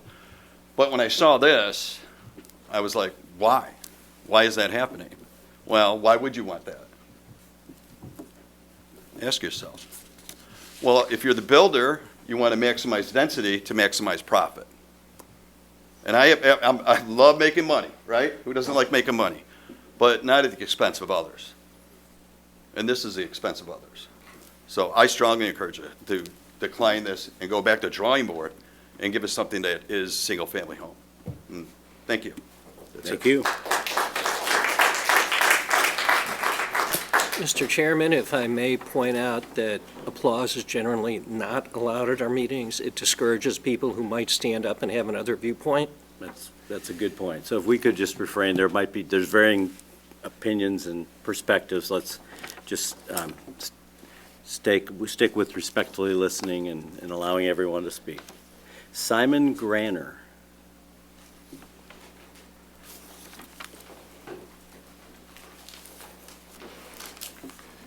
Hi, I'm Simon Granner. Thank you for the opportunity to speak. I live at 390 Willowbrook Way, so just northeast of this whole thing. So we look out of our house and we'll see it out of the corner of looking south. So we moved here 7 years ago. We have a 9-year-old, we have a 7-year-old, we have a 3-year-old, and it was a stretch to move to this community. We moved from Chicago, and we had a kind of a high-rise living situation, and we said, man, we can move and get a cul-de-sac. We can move and bring our family here, and let's build roots. Let's plant something and live here for 20, 30 years. And we had no idea what we were moving into when we moved to Geneva. We looked at a whole bunch of different communities. We looked at the North Shore. We looked at Northwest Indiana. We looked at Naperville. We looked at, Downers Grove. We looked at Geneva, and we kind of just had a gut check. We said, wow, we love this house. We love the feel of the downtown. And then we bought this house, and we fell in love with the community. And most importantly, we fell in love with the people. And so to piggyback on what Ken said, this really feels like a profit-motivated endeavor. And I'm in the financial business. I've been in the financial business for 15 years, so I understand profit motivation. I understand the objective of making money. It's a capitalist society, no problem. We need money to live. But when you have people coming in and they have a sales pitch and a marketing pitch with nothing really behind it that says, this is a 55 and up community. This is definitely not for young families. It's for people that they don't want to walk up the stairs because their legs, they're tired. But then 6 out of 9 developments are 2 stories. It's like, these are the words. The words are, it's a single story. But then the facts are, it's not really single story at all. So it's like, who wants to buy 2-story houses? Families, like we did. We have a family. We bought a 2-story house. So that's one side of it. The other side of it is like, where, they have a lot of good points, they have a lot of good analysis, just analysis and analysis and points and points and points and points and points. But again, it's like, if you look at the math and you look beyond this, pull back the story and look at, is it a number of stories or is it a story of numbers? Eileen had some good points. Everyone had good points here, but just, I would encourage people to look at the numbers. They're going to come in here and they're going to sell 500,000 times 24. That's $12 million. Someone's making a bunch of money. And at what cost? At what expense, right? I'm not going to continue reciting all the other points that everyone else had, but the traffic, the Peck Road, what if families do move in? What if their families come and visit them? 50 cars, 25 cars, 70 cars, who cares? What if their friends come over? Where do they park? Are they going to park on our street? I live on Willowbrook Way. Are they going to, maybe they're going to park in front of your house, John, We're neighbors, kind of. And where are they going to park? If someone has a party with 5 people that come over, let alone 15 for Thanksgiving and Christmas and, the Super Bowl, they won't have anywhere to park. And I don't buy it that a fire truck can come in and out without, what are they going to back out? That's not even logical. Like, a fire truck comes down Willowbrook Way. Look at this road, guys. A fire truck cannot get in that and get out without backing out. And if they can, what if there's a single car on the road? It's just not, it's not logical, right? And so the other aspect of this is just the idea of, like, you go to the ocean, you swim in the ocean, and there's a bunch of fish there. But if you go into, if you went into a pool and there's like 75 fish, it's good for fishing, not great for swimming, right? This is a pack of sardines. Peel back the onion on how close these houses are to each other. You go into Mill Creek, some of the houses are like 11 inches apart. This is not downtown Chicago. This is not the Gold Coast. This is not River North. This is Geneva, Illinois. People came out here for roads. They came out here for schools. They came out here for community. And I don't want to live in a community that becomes the new Naperville Megaplex Corporation thing. Like, it doesn't, that's not what Geneva, the ethos of Geneva feels like to me. It feels like we're here for people. And we also have jobs. We also make money. We also do things. But this isn't like the commercial epicenter of the world. We're out here walking around, walking with our dogs, meeting the neighbors. And that's the community that I moved to. That's the community that I want to raise my family in, and that's the community that I think there's 25 people sent a letter, 25 people showed up. There's not that many houses that are even affected by that. Everyone that is affected is here or wrote a letter. That is insane. That is an alarming number of people. If this was even remotely a net positive for the community, for the neighborhood, I would be having dinner with my family and putting my kids to bed, not spending time with government officials in the city of Geneva. No offense, I love you guys, but anyway, that's my speech. Thank you for your time. All right, Appreciate thank it. you. Appreciate that. Joseph Blanchard. Excuse me. The chair already ruled that there's no clapping, so no clapping. Next on the list is Joseph Blanchard.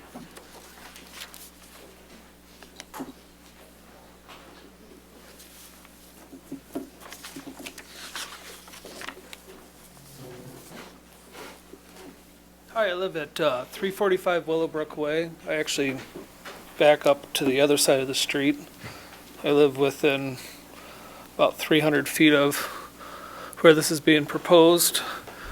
I actually drive a garbage truck, so as a person that drives a larger vehicle with the roads that are concerning, and I actually work down in Joliet, which probably doesn't concern much of you guys, but I'm actually seeing a lot of the development because we service Plainfield. Plainfield actually has a couple of developments that are very similar to this, and with the zero lot lines and stuff like this, it is actually pretty concerning with, and they've actually had to change some of their zoning, but I've never seen where they don't have a secondary access even with some of the ones that they've done, because most of the ones down there are Pulte developments, which I know you guys have done with some of the Pulte ones.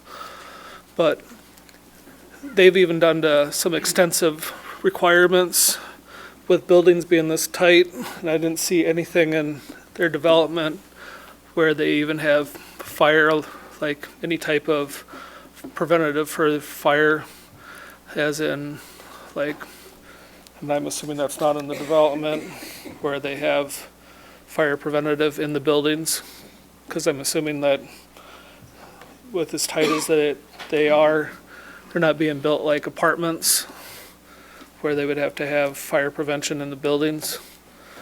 Because, I mean, the 3 bottom buildings are, I mean, if there was a fire in building 6, building 4 would be on fire before a fire truck could make it to it, essentially. Potentially if there was a car parked, because they couldn't make it around the turn. I mean, just being realistic from it. The other concern is, obviously, with some of the other people that they said, not having access to, I mean, living in the community. I mean, we have parks and everything else.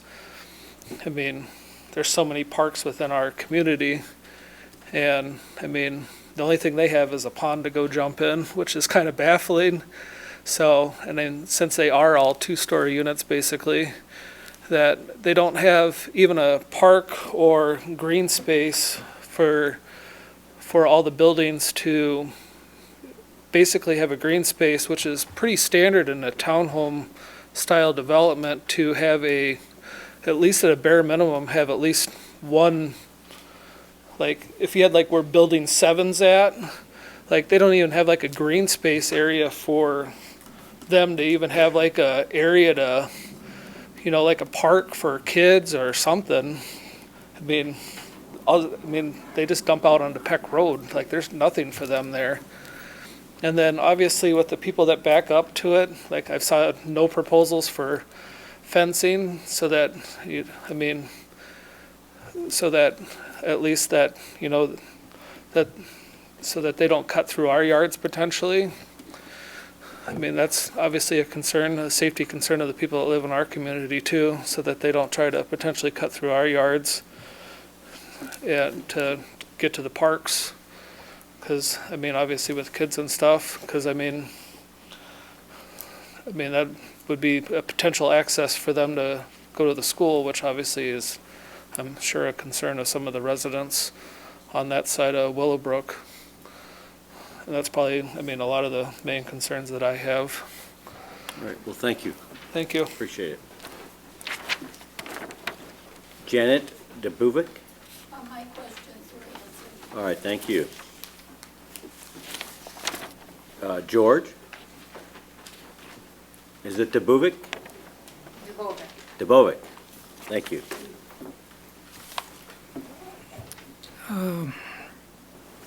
Let me find it.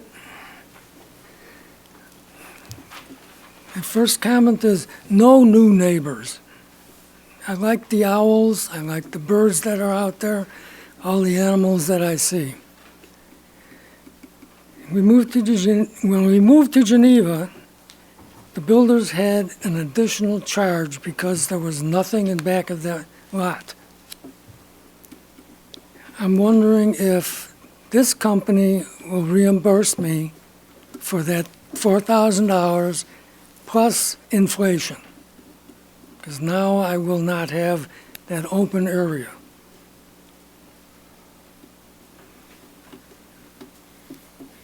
Additionally, there was a business to the west of the access off Peck Road. The business had trucks, and trucks leak. The land should be checked and tested for harmful toxic materials. There were trucks that would pull up in back of their business and for some reason just stay there for a little while and then go back out. I say no to the Prairie Grove project. Thank you. Thank you. Lynette DeBovic. I'm Lynette DeBovic. I live at 276 Willowbrook Way. My house is right behind where Building 3 would be.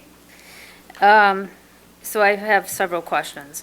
The first question would be, would there be an extension allowance for the review of materials, as the last published materials were put out on January 3rd, and it's the 9th, so the community could further look at this and the commission? Some of the other questions I have would be, will there be dumpsters or city utilities? How will we know what trees would be saved? If this is developed, would the builder work with neighbors on landscaping and trees? Will the HOA work with the current neighboring HOAs to keep consistency throughout? There doesn't seem to be plans for paths which are consistent throughout the surrounding neighborhoods. Could that be considered? What time of year was the traffic study done? Does this include weekends and when it's Route 66 rally time for the Corvettes and the motorcycles? Has the area been reviewed for a nature area, a bird sanctuary, a community garden, to keep the RR zoning? And what units are the two-story units specifically? Why is there a retention pond next to the retention pond in the plan? Could that potentially be combined if this moves forward? Was there any studies on air quality and impacts from all the extra cars? So, sorry, I'm going off the list here. How could my property value not go down when the entire yard, so the house if you're looking at the map here, building 3 would be behind my house, extend to the right and to the left of the house. There would be all house. So I don't understand how that would not devalue my home. And if there were changes to these plans, could these all be single story? We've lived here for 23 years. For the last 5 years, I've recorded this land. I'm emotional about it. I've recorded over like 50, 70 bird species. Some of those are rare. I've recorded it through the Merlin Bird ID, which is through the Cornell University School of Lab of Ornithology. So I would question, the nature that's out there. And I also would like to just ask the commission, to consider keep the RR zoning, reach out to the community for ideas to develop this land other than to medium density homes. It's a great property. We knew the farmer behind us. It's unfortunate that, this is happening right now. So I'd like for you guys to consider that. Thank you. Thank you. Margaret Sanders.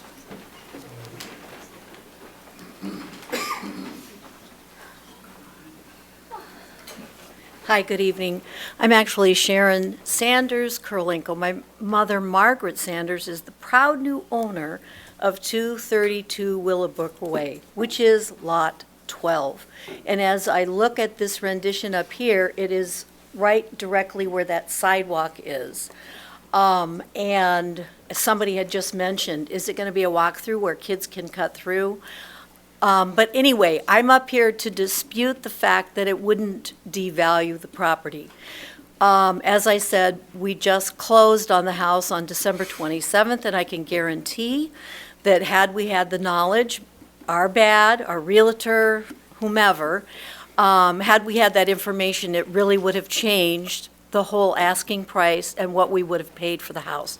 Love the house, love the neighborhood, but part of it was because of that greenscape right behind that house, which of course now that's totally different. So it would have changed the value of the house 100%. And then my question also would be about the HOA. Where would they put such things as sheds? Somebody had mentioned other items like that. I don't think it's fair to have this community, as somebody had mentioned, it's like a square peg in a round hole or vice versa, without having some sort of rules as far as what they can do. All of us along that Willowbrook Way, it is going to greatly affect us. So, and also I want to know how long, if you guys indeed approve this, how long is this going to take from start to finish? Is this a 2-year project, a 3-year project? I think that's something that we really should know. But I'm hoping you won't approve it. Thank you very much. Thank you. Is it Thad Johnson?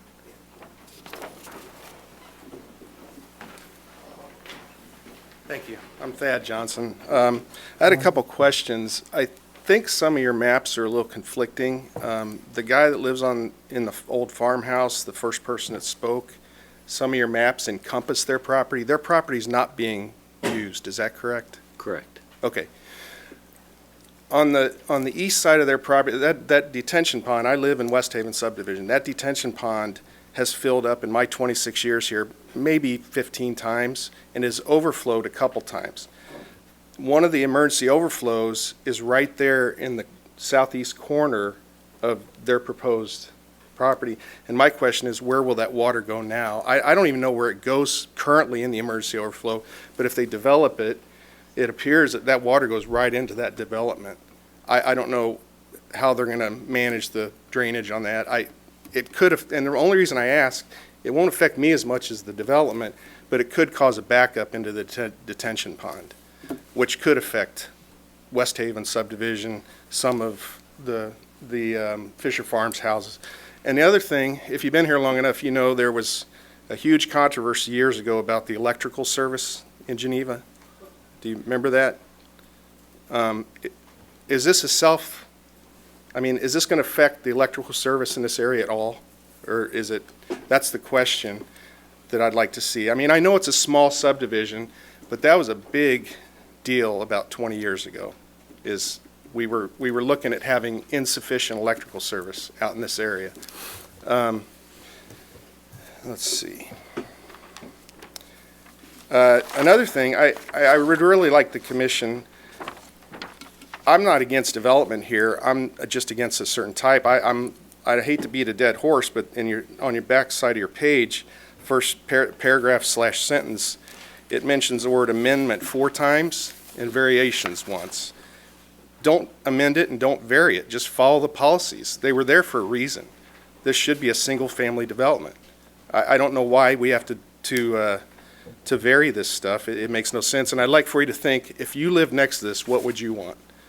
I know most of you don't, but most decisions of this type, you need to think about how it impacts the people that live here, not when you live across town and it has no effect on you whatsoever. So, thank you. Thank you. Jim and Bobby Aldifer.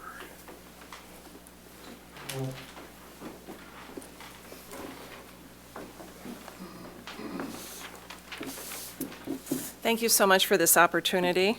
I am Bobby Aldifer. I've lived here for 37 years. This is our home. We're not going anywhere. I would like to question the 24 units. I think it's too dense.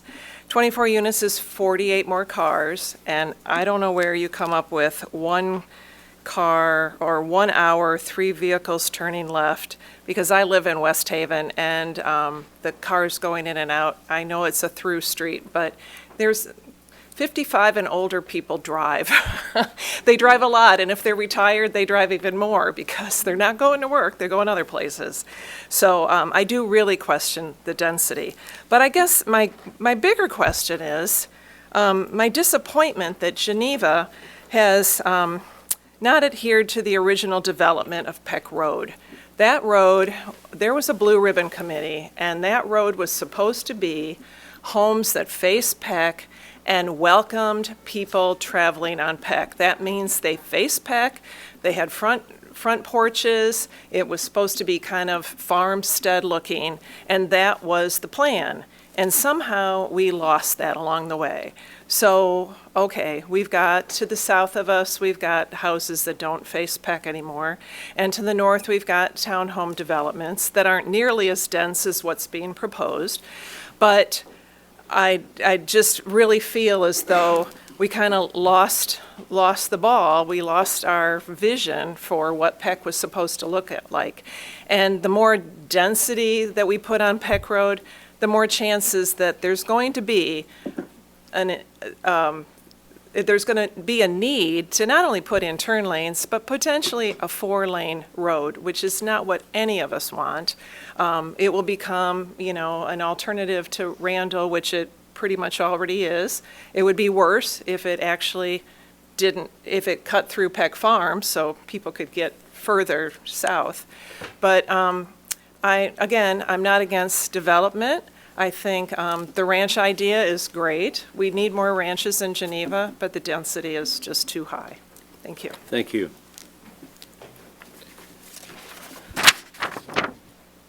Is it Mike Rupcon or Rupia? All right, thank you. Robert Cabine.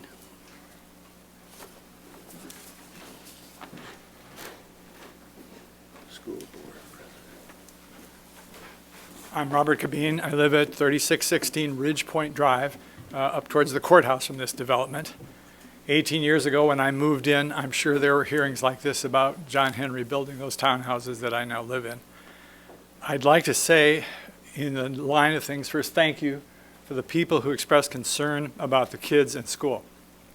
I am the president of the school board in Geneva, and I'm not here to take a position on this development for the board because we have no position. Personally, I think this could be less dense and still be very successful. I would like to ask all of you if you had considered some possibilities. One, for example, where the private drive is shown, porous pavers could be extended to Peck for emergency access, addressing some concerns that people have. I have, in my development, a path that runs through to the bike path that parallels the pipeline, and that's been very successful. It's used heavily every day. That type of thing is possible here. In addition, were I the developer to address concerns about kids, I would continue the path with the city's cooperation or the county's to Brisher, where the path can then be followed west and east in all kinds of ways, and where the community gardens are. Those kinds of things, perhaps paver driveways for the houses, and a reduction in density would make this a more palatable development. I'm with the people who are fine if it's not, as school board issues are mostly land and cash, and looking at this, I feel pretty certain that cash is involved. I know that when you market to 55 and up, it's usually pretty successful in getting that demographic. So I don't see this as any problem for the school district, whichever way you go. We'd be happy to have more kids in our schools. But thank you for your time, and some of the things I raised I hope are helpful for you. Thank you. Susan Peterson. My questions have been answered. All right, thank you. Donna Frangul. All right, thanks. Martina Gunderson. Yes, the same here. Things have all been addressed. All right, thank you. And you had an email, I think, too, in there. Yeah. Yep. Trent Gunderson. I'm Trent Gunderson. I live at 301 Willowbrook Way. My only concerns, most of them have been addressed, like this retention pond that they have there for water runoff with salt. Afraid that's going to go into our retention pond. Now we have fish, wildlife, all that kind of stuff in there. So that'll affect it. They talk about pushing snow into certain areas. Well, I also plow. I work for the village of Oswego. So if you put a fire hydrant in those spots, say, and that's the only place you can push snow, now what are you going to do with it? And getting a plow truck back there, turning it around, it's not that easy. It's not that fun.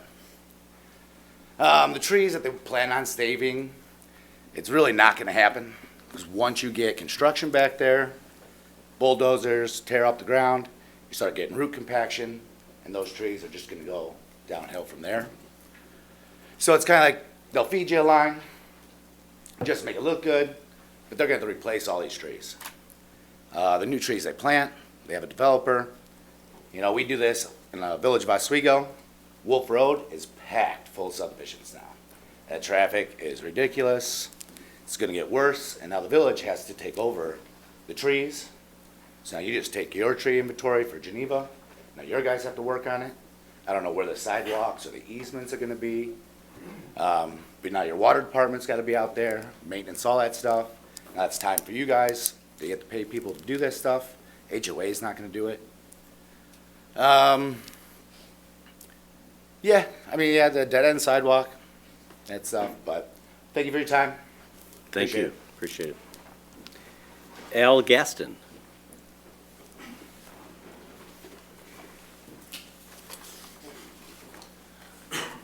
Thank you for your time.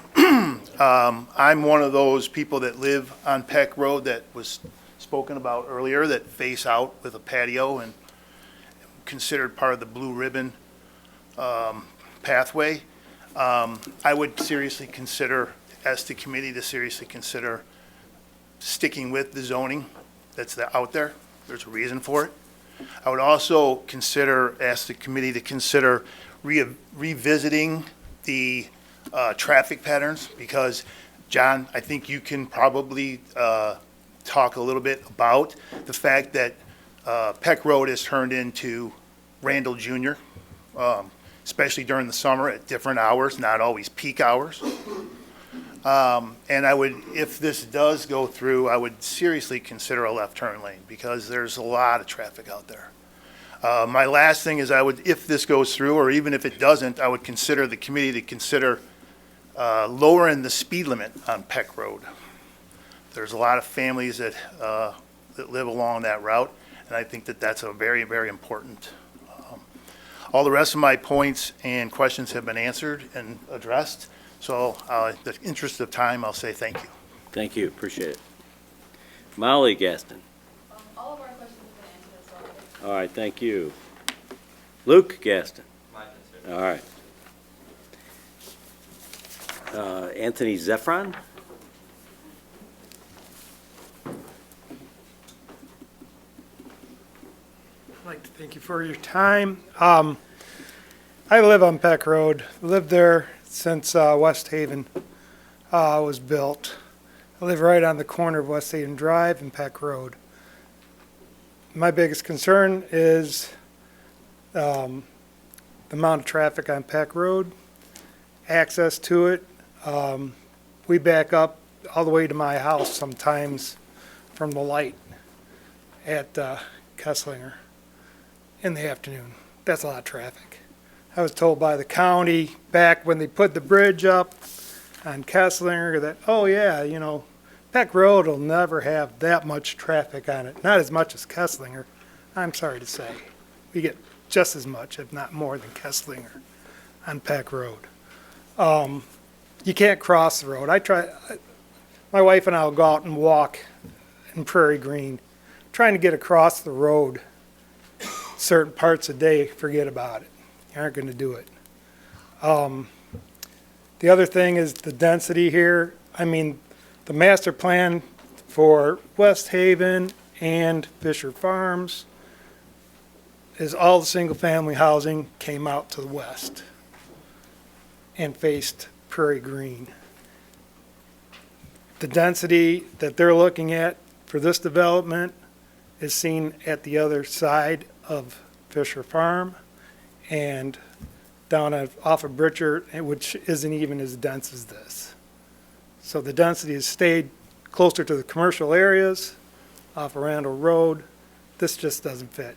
Again, square peg in a round hole. That's all I got to say. Thank you. Thank you. Is it, I'm sorry, I can't read the first, is it Haley or Harvey Reiki? She had to leave. Okay, thank you. And last but not least, Jessica Antonio. I'll keep it short and sweet because I agree with what all my neighbors have said. But I'm Jessie Antonio. I live at 312 Willowbrook Way. So that in the top right, that little bit of blue is my swimming pool that I'm in with my 3 kids. So we moved there 3 years ago. We lived in a townhouse in Streamwood, then we moved to West Chicago, and then once we started having kids, we wanted to move to Geneva because we love Geneva, we love the school district, we love the area.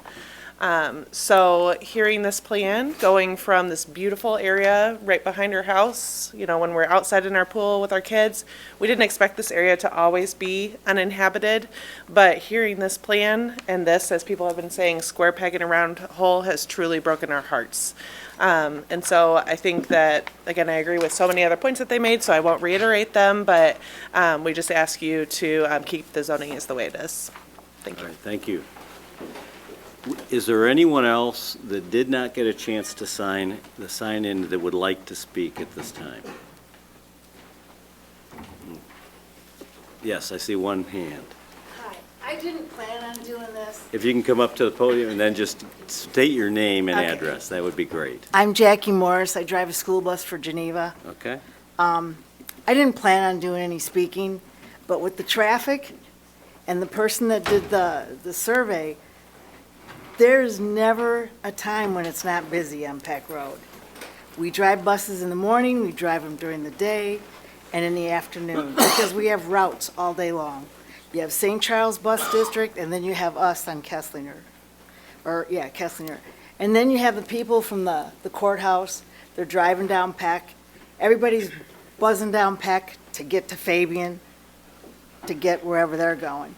It's always crazy. And when we're pulling out in the morning, we can't see over that hill to the north.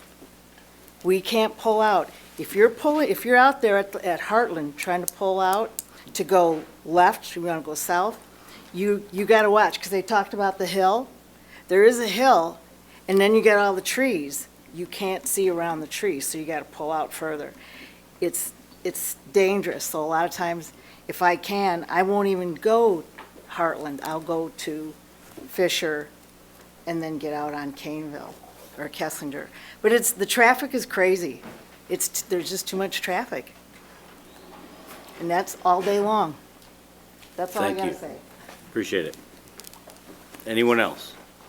I do have one more thing to just throw. All right, if you come on up and state your name, please.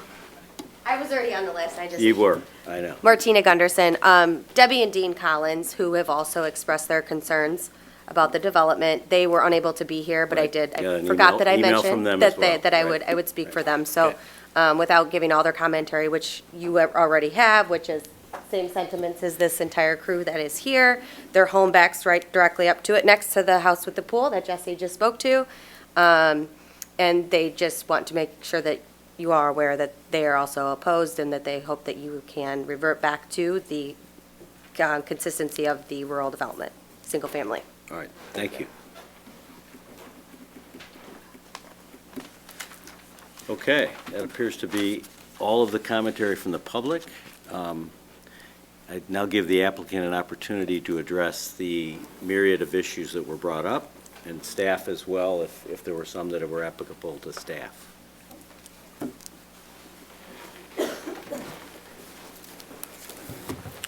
Hello. I thank you for the opportunity to come up here and respond to some of the questions and comments that we've heard. Again, my name for the record is Brennan Penny. I do want to just take a moment to look at the request and how this property is currently situated, because I do think it's worth taking another moment to look at what we were requesting and why we were doing so, and how this sits within the city zoning ordinance and the comprehensive plan. It's important to, again, highlight that this is part of a request for an annexation of this parcel into the boundary of the municipality. Currently, as it sits, it's within the confines of county land. It's not zoned anything under the city's zoning district. So the first part of our request, aside from the annexation, is an amendment to the comprehensive plan, which, of course, as many of you know, is a planning tool, but it is not part of the city's zoning ordinance itself, nor does it subject this parcel of land to the requirements of that zoning district. So the first request is to align the comprehensive plan with the zoning request that we do have before you. The second request for a map amendment is again a function of the city's code, which states that upon annexation, the default zoning is the RR district. So any specific zoning district that you're requesting for, along with an annexation, must be accompanied by a request to rezone. So I just wanted to state that because I think it's a technical difference, but I think it is a large one here because the difference is that if this were already part of the municipal bounds and zoned in the RR district, these parcels would be subject to the restrictions, the bulk regulations, the lot requirements of the RR district. That's not the case here. Currently, it is not within the city's boundaries. It's not subject to those requirements. And furthermore, when we were designing this plan, I know that I spoke with Conrad extensively, and we had a number of conversations with staff before we put together our preliminary application. There was a great deal of thought put into what zoning district we were going to request as part of this aspect, and how does that fit within the site plan. I know that we heard a number of comments about the space on the lots, the buildings, the situations of those lots. There was careful consideration to design this site such that it complied with the zoning ordinance. There is a variation to the subdivision design standards based on some of the required aspects of the development on the north and northeast corner, but with respect to the zoning code, the city zoning code, and the bulk regulations, height restrictions, lot requirements, we've complied with all of those. So I do think that that's important to mention here because it was done intentionally and it was done with respect to the city's requirements and the bulk regulations applicable.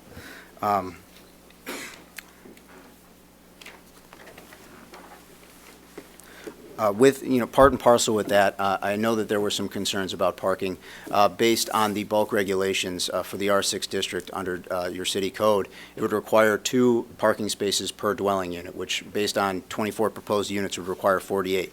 I do think it's worth noting that we're proposing substantially more than that and double the otherwise code requirement of 96, which was done, again, intentionally to absolve and address, preemptively some of these concerns that have been expressed this evening with respect to parking on the street where guests or additional visitors of the site may park. We're going to let him respond first. If I may offer some additional commentary at a later point.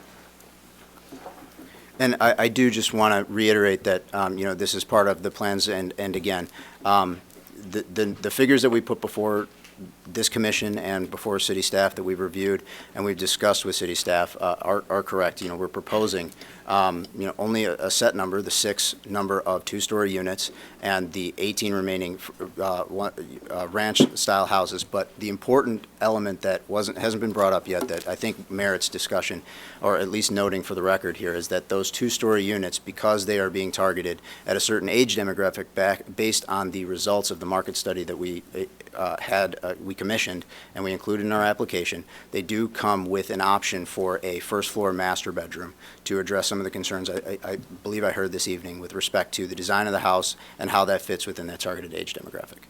I think that's all I had. What you just said was that the 2-story units have an option for a first-floor master? Is that That what is you correct. said? Okay. That's correct. And I think I heard some commentary in the audience about where are the 90 or the 8?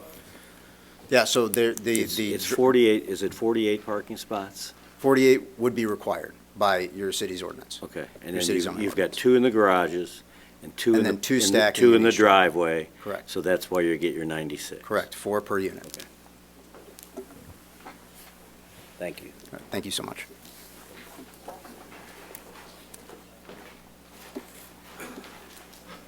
I'm assuming there might be additional response from the applicant's team?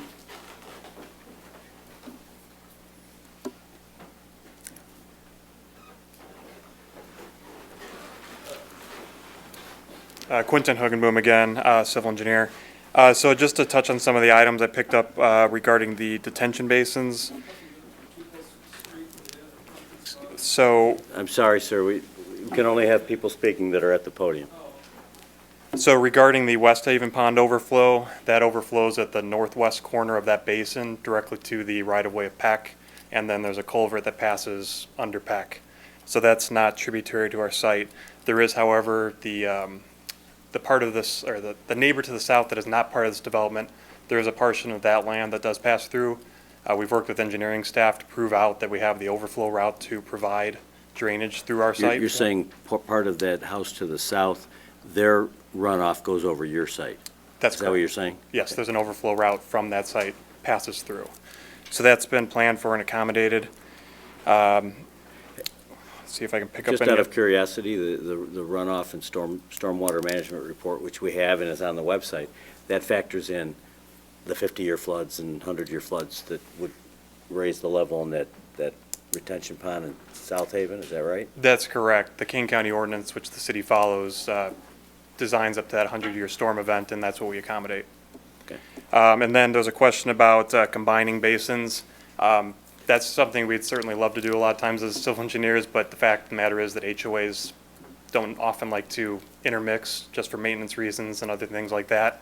I can say, though, that we've addressed the way that pond fluctuates with the storm is accommodated with the design of our storm. So I think, and then there was also one question. There was a comment related to, could your retention or detention pond affect the water quality in the pond to the north? Is that mitigated by how it's designed, or is that? Sure. So King County ordinance requires that there be certain best management practices, as they call them. So ways of providing some pre-treatment to that. So there are going to be native plantings in the bottom of the pond, things to slow down the velocities, give time for things to settle out.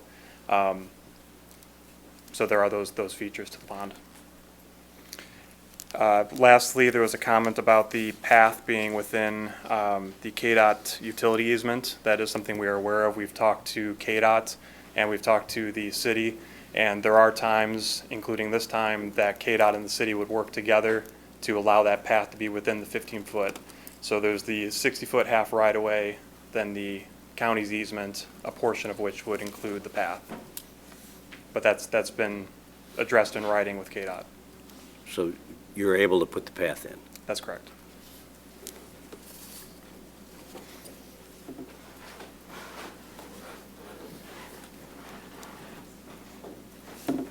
Traffic. Yeah, just again to reiterate, our traffic study was performed in accordance with industry standards, but to specifically address the concern related to the hill and the safety and the turning.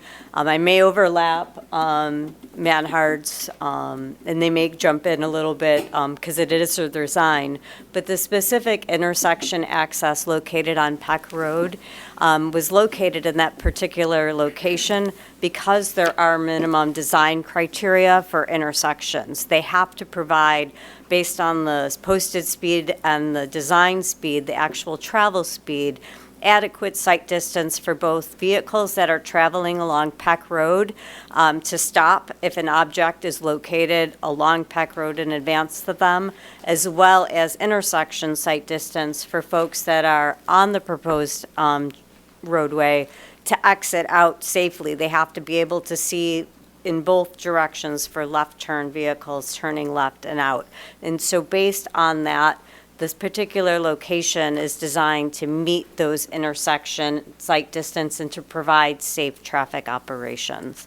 I know there was concerns related to just Peck Road in itself. Unfortunately, Peck Road is not a residential road. It is a county roadway, and it is, sadly, it is a mini Randall Road. It is a minor arterial roadway, so it does accommodate a higher volume of traffic. It does accommodate a higher traffic speed, and it does provide a greater restrictions by county standards related to the number of driveways and access limitations to provide higher mobility. Our traffic counts did include all vehicle classifications. It included trucks, it included buses, it included pedestrians, it included bicycles. So it was performed in accordance with those standards. Thank you. All right, thank you. Commissioner Holloman. Ma'am? Lynn? I think Ms. that Means? somebody raised the question of when the traffic study was completed, like what year, or was it across? Yeah, so the specific traffic counts, the peak hour counts were performed in August of 2024. So they did account for a higher activity of pedestrian activity, and, activities, outdoor activities of soccer fields, what have you. But we also, as part of our study, obtained historical traffic counts that were conducted along Peck Road. So like I mentioned, we obtained historical IDOT traffic counts, so we got hourly data that was over a 24-hour period along Peck Road, as well as we obtained 2050 traffic volume projections from Peck Road from the Chicago Metropolitan Agency for Planning. So right now, as of, I believe the IDOT counts were either 2022 or 2023, the average daily traffic volumes on Peck Road were 9,800 vehicles per day. 2050 traffic volume projections are about 12,000, I believe, vehicles per day. And that's independent of the development. The development, as I mentioned, is not going to substantially increase those traffic volumes. I'm sorry, is there any, I don't want to sit down. I can come back too. I don't mind moving. Okay. I think we're okay right now. Okay, thank you. You may have to come back up. Okay, I will. Anything else from the applicant team? Not unless any of you all have any additional questions for us. I mean, I've got some things noted that I didn't hear a specific response to, so if you could, Commissioner Slivka. Yeah, just along those lines, I think somebody asked a question about environmental concerns about the property. Yeah, I mean.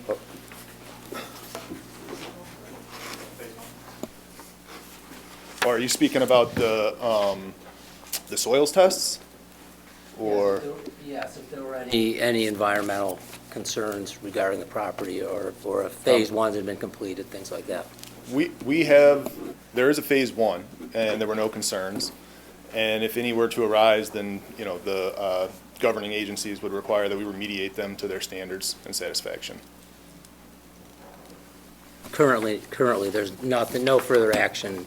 Nothing that we are aware of today. Okay, thank you. Sir. All right.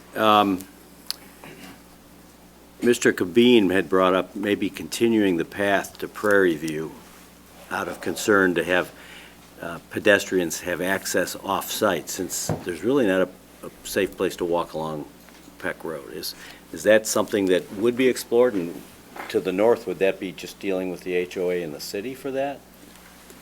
Yeah, I mean, you'd have multiple agencies. So you have the HOA to the north, you have KDOT regulating the Peck Road right away, and then you have the city also regulating the path extension as well. So multiple agencies would have to really look into that and see if that was even a possibility. From our perspective, we would view that as a positive, and so if there's any way that we can, cooperate on finding a way to get that done, then we would absolutely. So you'd be open to that if that was the case?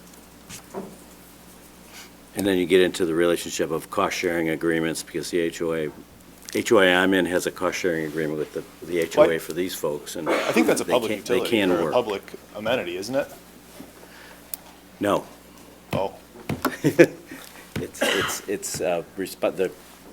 If I can speak for our subdivision and for Fisher Farms, it is the responsibility of each HOA to maintain and seal coat and repair and patch those paths that are on your property. Sure. Well, that does complicate, getting it done, but it doesn't make it impossible. And we remain willing to cooperate in any way we can to see that done.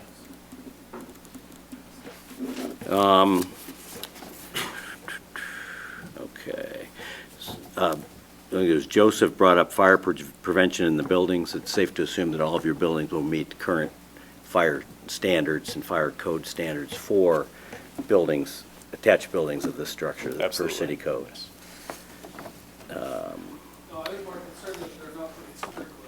What I'm saying is that it would, and I'm sorry to get into dialogue with you because you're not up here, but, okay. They're gonna meet code per the product type. He's out of order. Sir, you can't, I can let you come back up later when we're done with this part, but I can't get into a dialogue while you're in the seat. And John, I'll just say, so, yeah, so to your point, the buildings would have to meet the building code to get approved building permits. The city's code regulates if sprinklers are required. Correct. For townhomes. They're only required if there are more than 6 units per, Okay. you know, So in building. this case, they would not. So in this case, these are 2 and 3 units, so they would not be required. There was a question about how trash would be maintained, dumpsters versus cans at the curb. I'm assuming the it's curb. cans at the curb, okay. And just question, are the homeowners going to own past their building walls 4 feet or so, or are they going to have specific, is there going to be common area? Do you want to? There was some common area and green space commentary, and are the residents able to go in any of the areas that are not owned by homeowners? Is this the right one? Do we have this plat that would walk through that? Yeah, so the best answer would come from one of our surveyors, but what I can say is that these do have blanket easements across the individual lots.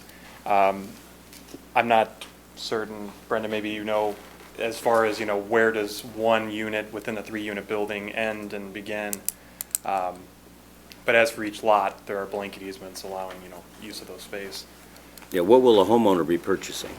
Right, they'll be purchasing the building, because, the unit itself, because you have the building that is subdivided on each subdivided lot. You have blanket easements for cross-access. Sure. You know, walking, you know, things of those nature, you know, ingress, egress, and then you have public utility easements that blanket the open space. So you have division between public throughways, access, and things of that nature, and then you have public utilities, so that accompanies, you know, the majority of the open space. So as a purchaser of a townhome unit, you're buying the unit that you're in. And then For all practical purposes, if they had a deck or patio, they have unfettered use of that for themselves. Correct. But they could leave that and walk around the perimeter of the property. Correct. Okay. And we have a nice landscape plan that you've designated. Is there fencing to the south or to the east with respect to privacy and access for the neighboring properties? There currently is not a fence provided. I'd also point out that the elevation differential makes fencing difficult for screening purposes. Right, I was more thinking of access. I realize that folks will be elevated above you a little bit, so. Do you have anything? There's no fence currently planned. Okay. It's a landscape buffer. Okay.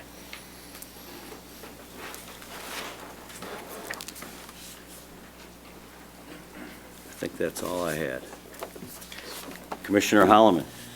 I think a couple people brought up the idea of access to parks, schools, like any pathway that would go behind, I guess. I'm just, because it is sort of an isolated area.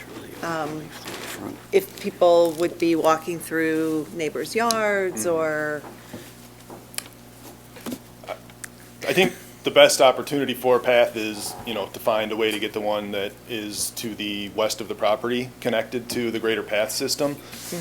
There's not currently anything planned, and I think that it is all private property abutting private property to the east, and so that's not likely unless all of the neighbors want to get together and decide that that's something they would like to cooperate on. But realistically, the best path for connecting to community amenities like the community gardens and park spaces and open spaces, et cetera, is going to be to continue that path to the north and connect it to the existing infrastructure. Okay, thank you. There is a sidewalk network that traverses the entire community, but it's going to end up in the same answer.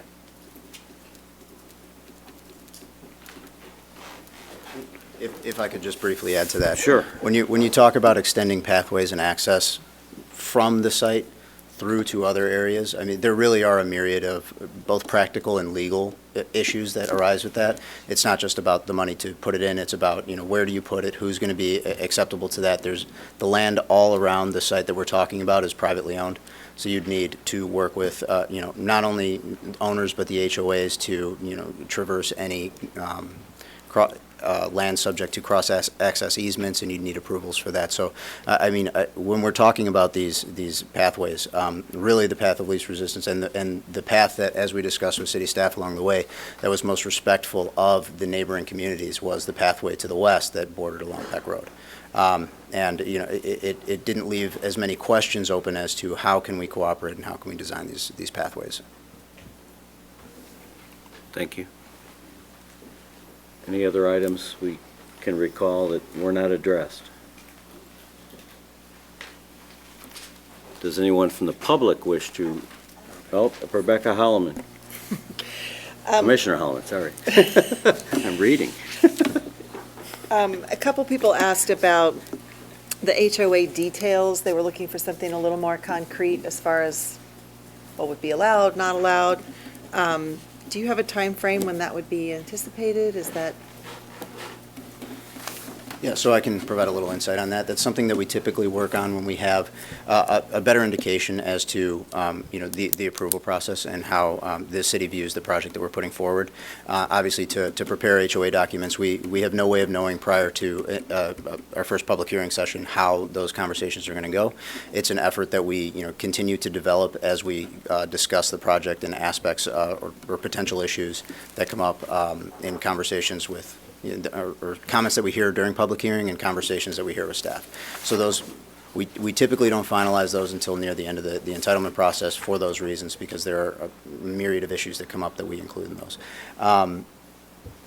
That said, typically, you know, that is something that is discussed with staff, you know, and what I can say about it is that any deviation from the city's code requirements for this zoning district would naturally have to come back in front of staff, and it would have to be subject to the, depending on the request, especially if it's a variation, would be subject to the public hearing process again.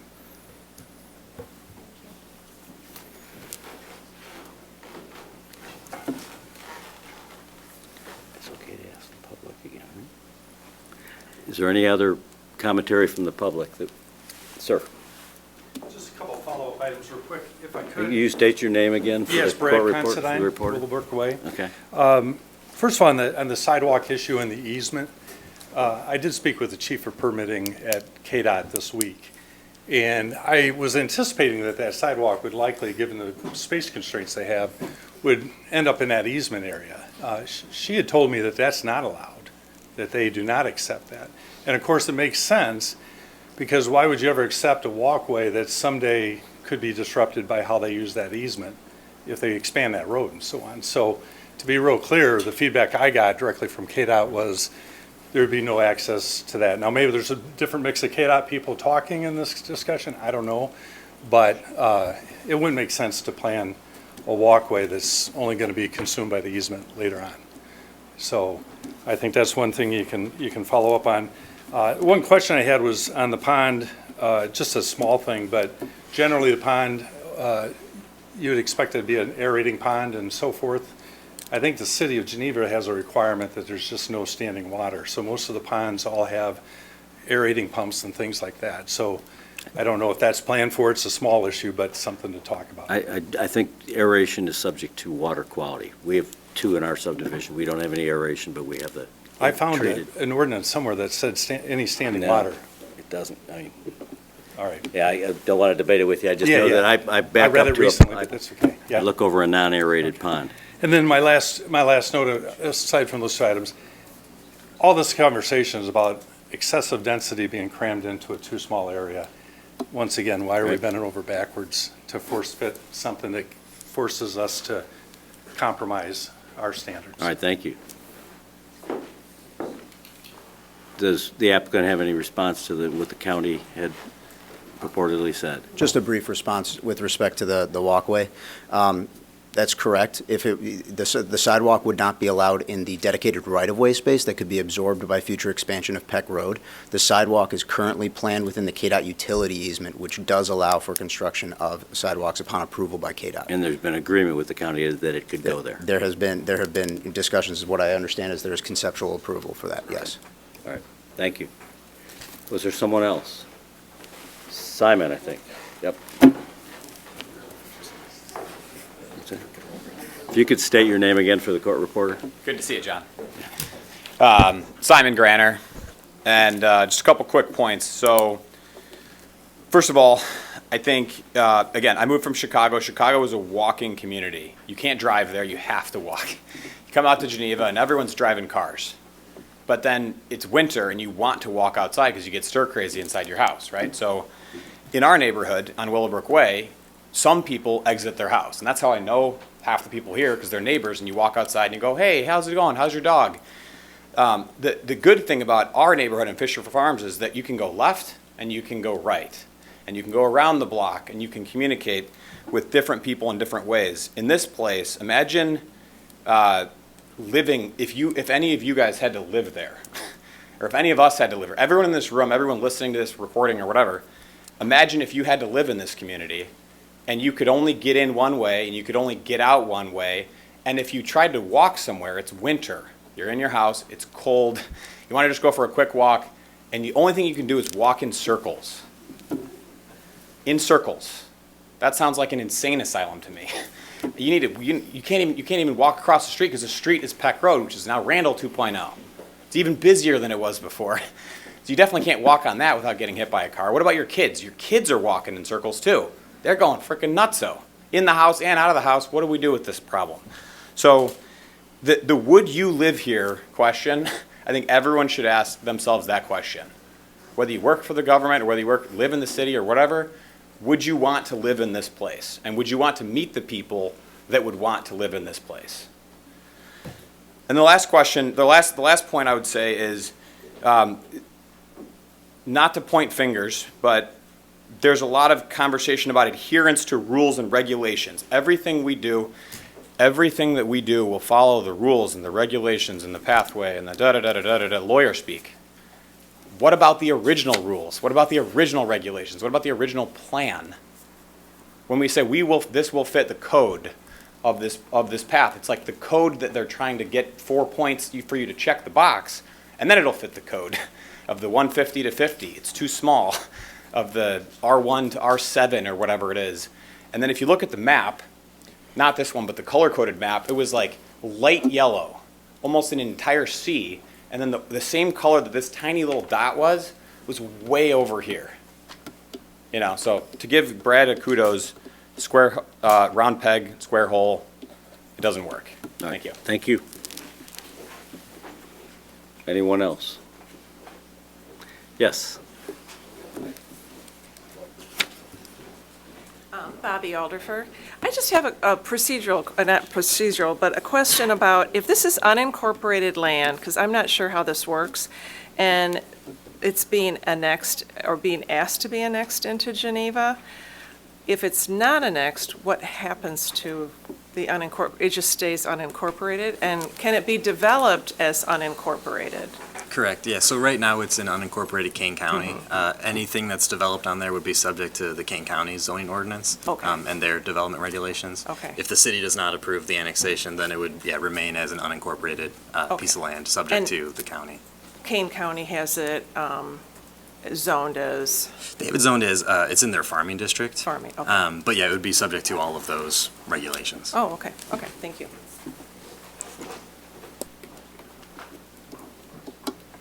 Yes. My name is Shirley. Well, I'm going to wait till you get up here so that we can be recorded by the microphone. My name is Shirley, and I drive for the Geneva School Bus District, and Could you give your last name and address King. for the court reporter? King, yeah. But And your anyways, address? I live actually in La Fox, but I Okay. drive for the city Okay, of Geneva. all right. I drive All right, for the thank school you. district. I'm a little nervous. Not in Geneva, okay, thanks. Right. But I drive for Geneva Okay. School District. And we come down Peck Road. Now imagine if they have all those kids living in there, say 20 kids. We stop on Peck Road to get those kids on the bus. That's going to delay everybody on Peck Road who's driving wherever they're going 3 to 4 to 5 minutes. That's going to be traffic congestion. Dangerous for the kids getting on the bus because we know drivers don't always adhere to the red lights on the bus. My concern is the safety of the children. All right, thank you. Anyone else? Yep. Kavanaugh? One more thing. Yes, sir. I don't think you State your name again, please. Bill Behrens, Willowbrook Way. Has the fire department had a chance to review the plans? Yeah, the fire department reviews all development proposals. And are they fine with the radius, the turning radius? Correct, yeah, so the Cul-de-sac? applicant did provide like an auto turn exhibit that shows that a fire truck, per the city standards, can make a turn through the roadway. Okay. It's on the website, too. All right, if that is it, I will offer the applicant a time to address any remaining issues or make a final statement.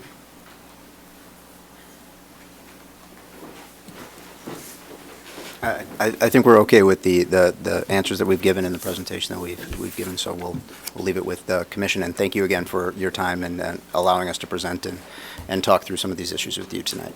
So thank you. You bet. I just gotta grab my computer, but Oh, okay. I will take the All right. time to thank you all for sticking around and hearing our presentation. Mr. Chairman, is a motion in order at this point to close the public hearing? It is if we don't want to do any discussion and have any other interaction with the applicant. If we think we're at a Nothing point, further. I'm fine with either way, whatever the commission feels. All right, Mr. Chairman, I'd make the motion to close the public hearing. Second, Slivka. All right, Anna, would you call the roll?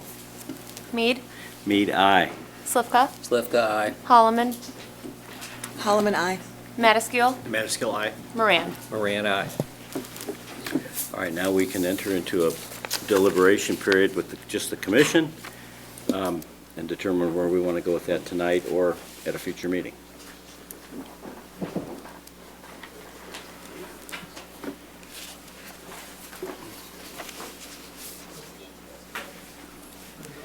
Commissioner Moran. Yes, in the interests of just putting it of record, my own thoughts on this are somewhat mixed. I see some positives here. I see a project that is mostly ranch-style housing in a city of aging population. I include myself in that definition. Even with regard to the two-story portion, there's the option to have a first-floor master bedroom, which is very appealing when, like me, your knees have started to go out. As Mr. Kabine pointed out, and as a former president of the school board myself, the land cash donation works quite well, particularly in a development that doesn't expect to have any kids. So it's basically found money. But my admiration for the plan ends there. As counsel for the applicant pointed out, the comprehensive plan isn't technically part of the zoning ordinance, but the applicant is also asking for a zoning map amendment.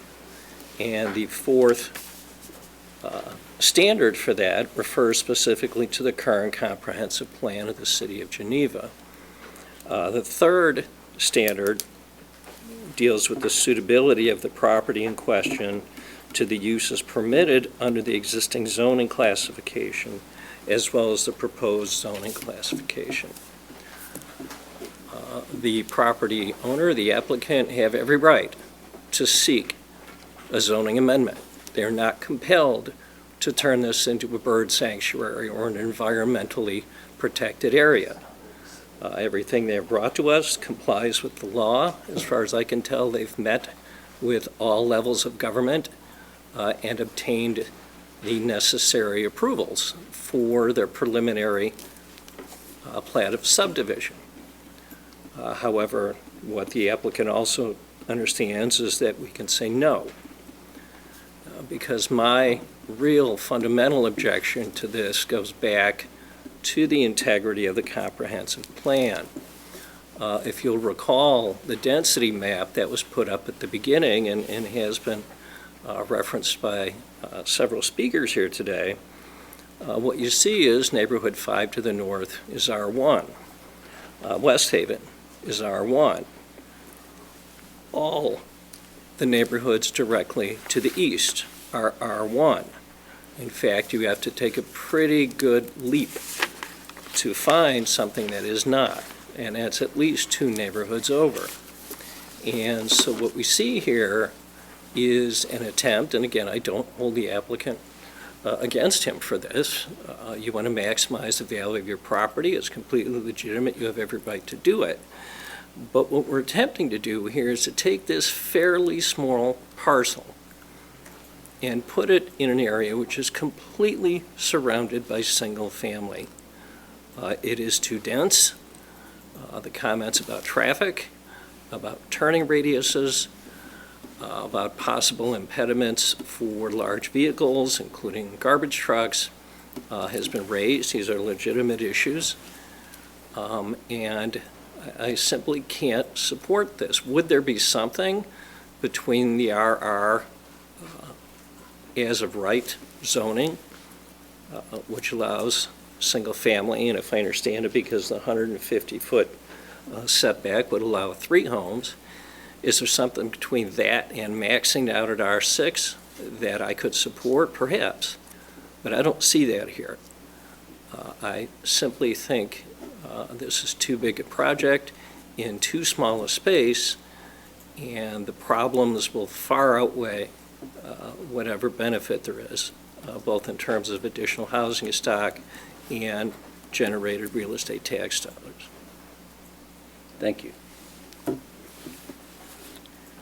Any other commentary? Commissioner Slivka.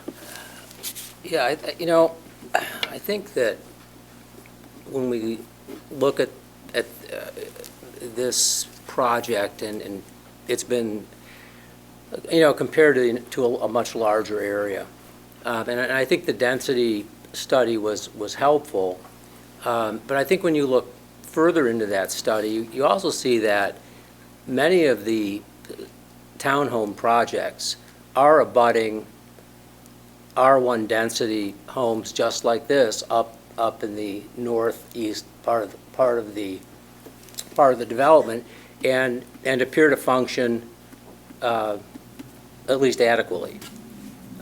So while it is surrounded, now by R1 zoning, I don't know that it necessarily precludes its ability to be a viable community.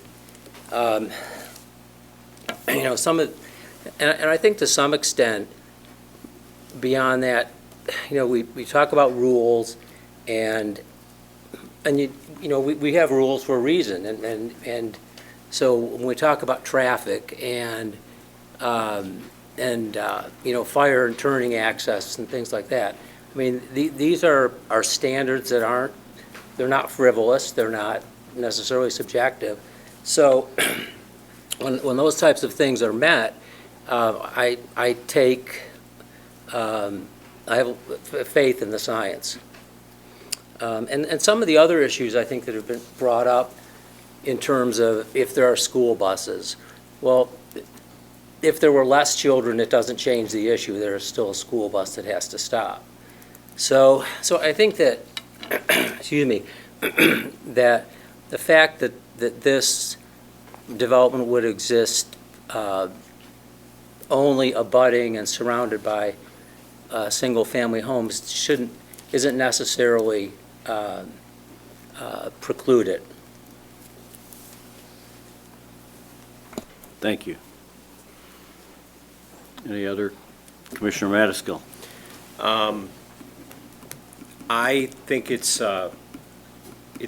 really good product. I think it's a product that definitely is needed in Geneva. My biggest concerns are the density and the speed going down Peck Road, which I think will be a hazard of people coming in and out of that development. That's a concern that I think is warranted. So that's my thoughts. All right, thank you. Commissioner Holloman, anything, or? I don't want to put you on the spot. You don't have to. I just, before I say anything, I thought I'd. Go ahead. All right. I too have mixed emotions over this. I like density. I think Geneva needs density. I think Geneva needs this product type. I moved into a product type like this. That happens to be 2 stories. The only time Nancy and I go up to the second floor is when one of our grandkids is sleeping over or something. But I also live in a neighborhood that's got a mix of townhomes and single family, and we abut the R1 to the south of us, and we coexist really well. And so I like that part of the aspect, the attributes of this project here. I struggle with, and I'm a big walker, people getting access from this site to the adjacent pathway system. So I find myself thinking, boy, if there's a way that we could accommodate that or layer that into an approval, if we are willing to, we're going to put forth something because we're going to vote on the recommendation as submitted with some conditions. If we added a condition in there that this would be a green light, should they be able to figure out a way to connect to the path to the north so that kids can get to school and residents can get to the path system and bikers can get to the systems and other roads. They do not have to be on Peck Road because that frankly is dangerous, as a number of you pointed out. And I walk across Peck Road to get to the community garden, and there's everything said about Peck Road is spot on tonight. So, but I also back up to Peck, and living close to Peck is with the great views on the other side of Peck is a positive attribute for the folks that I'm thankful that the homes that back up to this are elevated a little bit. We'll have that great sunset view. But I'm sensitive to the fact that this is a dense project. I like the density, but I also am concerned with the large, I wish there was a second exit. So I'm still struggling with this tonight as far as which way I'm going to lean, so. Commissioner Holloman. I also like density, and part, I feel like when these projects come, you know, it's too dense, or it's not dense enough, or we don't want anything that is for low income, or we don't want, you know, so there are always these caveats or considerations. You know, we just looked at a project that was going to be taking property away from the over 55 community to put into a, you know, a condo, and heard a lot about how we need more for the over 55 community, and here's a project for the over 55 community that seems affordable, and, you know, homes built for that demographic in mind. So I guess, yeah, I guess maybe I still feel a little bit on the fence. I mean, I understand the concerns about the kids and the buses and the road.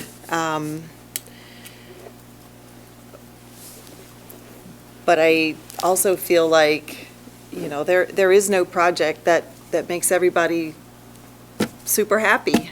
And so I go back to the idea of what's our job here this evening, to look at the project that you've put forth, not necessarily what's an ideal for this, or what's, you know, where would I want to live, or who would I want to live near, or things like that, but have the burdens of the task been accounted for. And so, I mean, I guess I feel like it's maybe not perfect. I wouldn't go so far as to say it's a, you know, square peg in a round hole. Probably questions that I would still like to have answered, but I do feel like that it's a solid plan for this area, for this specific spot, so. Okay, thank you. I will add that the neighborhood I live in is 43 single-family homes, and the townhomes there are all age targeted. We have not a single child. Everybody is for the most part, 55 and older. You have grandkids that visit, but there's not a school bus. There's a lot of PACE buses that come in, but there's no school buses that come into the neighborhood. So that there is a need in the town for that product. Commissioner Moran. Mr. Chairman, may I ask a question? So, in reference to what you just said, was the original design for that neighborhood inclusive of additional zoning levels, multifamily? Because the distinction I see here is this was not. This is being dropped in an isolated area, whereas, and correct me if I'm wrong, the developments that you're referring to, it was always intended that there would be pockets here and there of multifamily. Actually, the subdivision that I'm in, northwest corner, was originally a commercial district for Fisher Farms, and later it was, the zoning was changed and the comprehensive plan was changed to higher density residential. The townhome project failed in 2008, and a developer came in and finished it off with 43 single-family homes. So there was a similar track in that it was originally not residential, and that zoning was changed to accommodate some level of density. I believe that's how that all occurred. David would probably remember. That's right. Okay.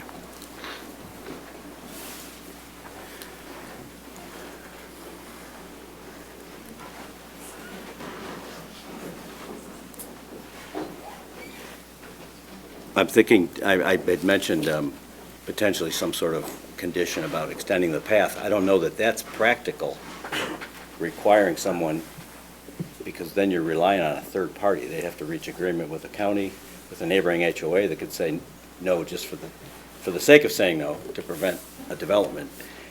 But, you know, the only thing I could think of is you could use that you will endeavor in your best efforts to accommodate a pathway extension. Might be in the spirit of what I would be looking for, if that's even something we can do. Yeah, I mean, I would agree, a condition mandating that they extend a path not on their property would be difficult to enforce, and probably over. And they don't control it either. Correct, yeah. But I think looking into the prospect of extending that path is something the city would like, is something the developer would like, is something the community would benefit from. It would fall under being good neighbors as far as. 100%. Commissioner Slivka. And just on that topic of the path, I think, while we may not be able to guarantee it happens today as part of this, but if it is part of this project, it sets a much better foundation for it to continue going forward and be extended in the future, whether it's within their control or not. Right.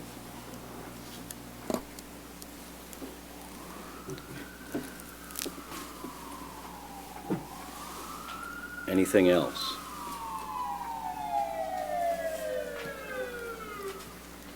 Do we feel as though we can vote on this evening?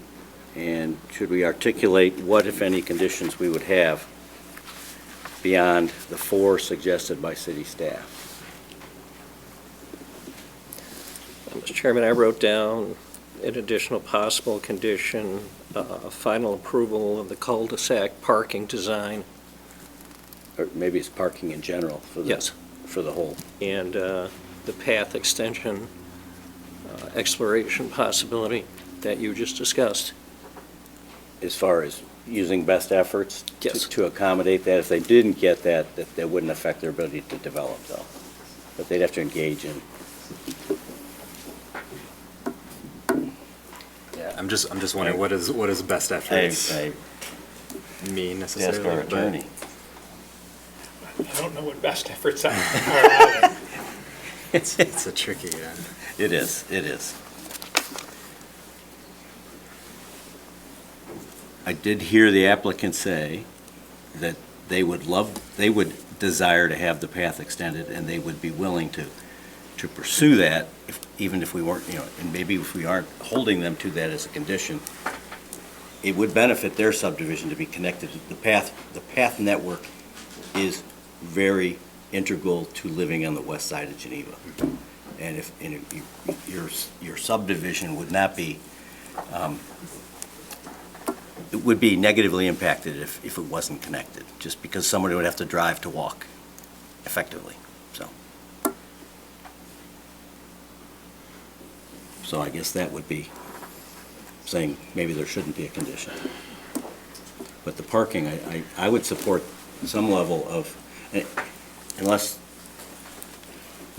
Director of Development and City Planner tell us that that's going to be addressed appropriately in the approval process by engineering approval. It doesn't hurt to have it as a condition, to clarify that we want to make sure we restrict parking to make sure emergency access is provided. Emergency, and frankly, larger vehicles, garbage trucks that are not going to be able to turn around, and it's a critical service. So maybe we can craft something like that. Okay.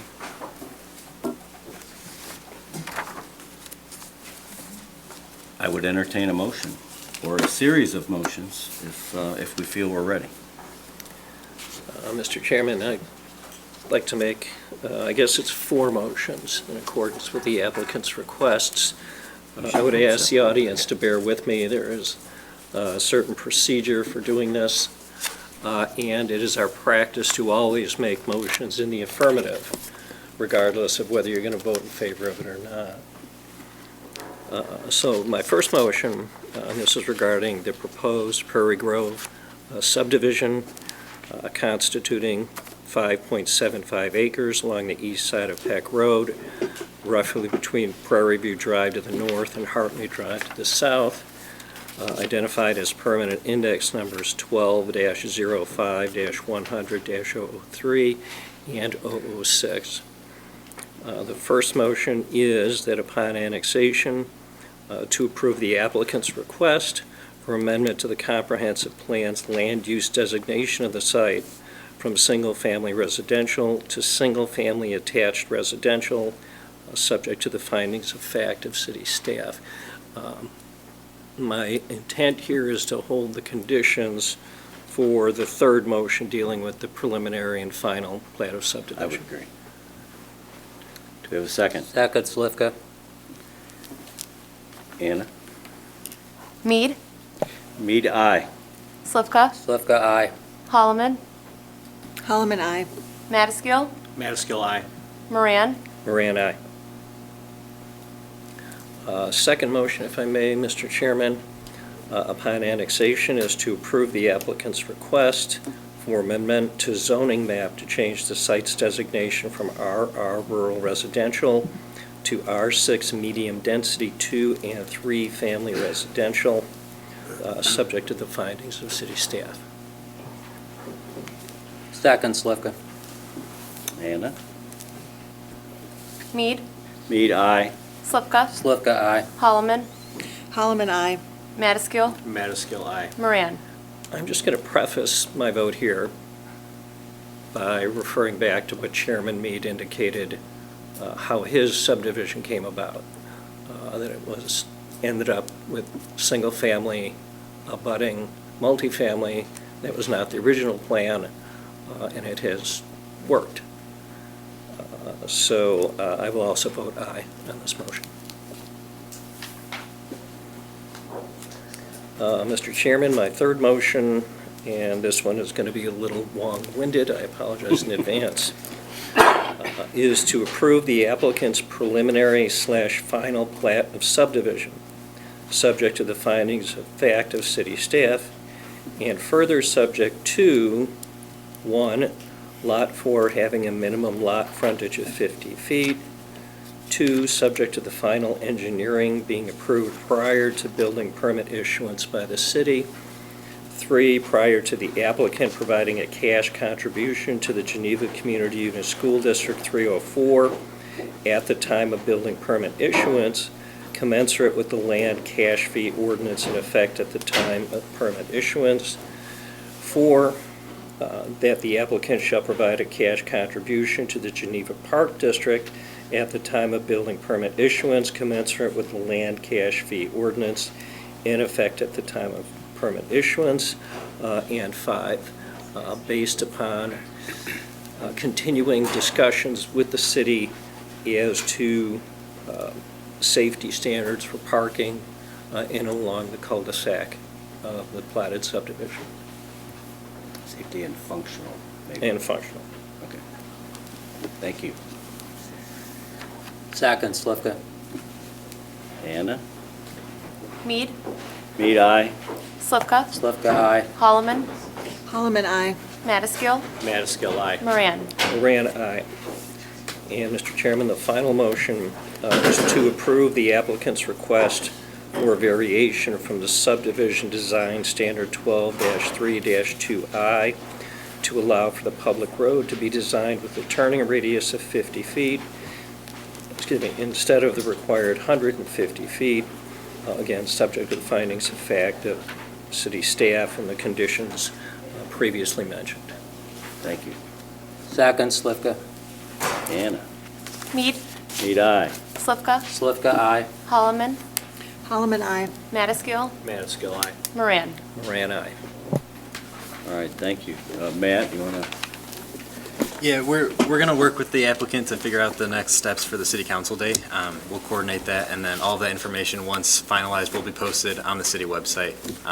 And then a news flash will be sent out as well if you want to stay in tune for that. Why would we save it for 3 hours if you're going to do it anyways? Holy shit. All right, thank you. I might give him a second to clear out. Tell you what, a lack of civility and humanity is appalling. I think that you can attribute that to a lot of things over the last 8 years. It makes me nuts. It's okay to, now my microphone will work the last minute. Thank you.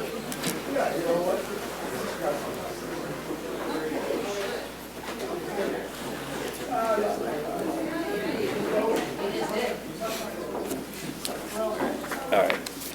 The next item on the agenda is public comment. Does anyone else remaining in the room desire to say anything to the commission about another topic or any topic?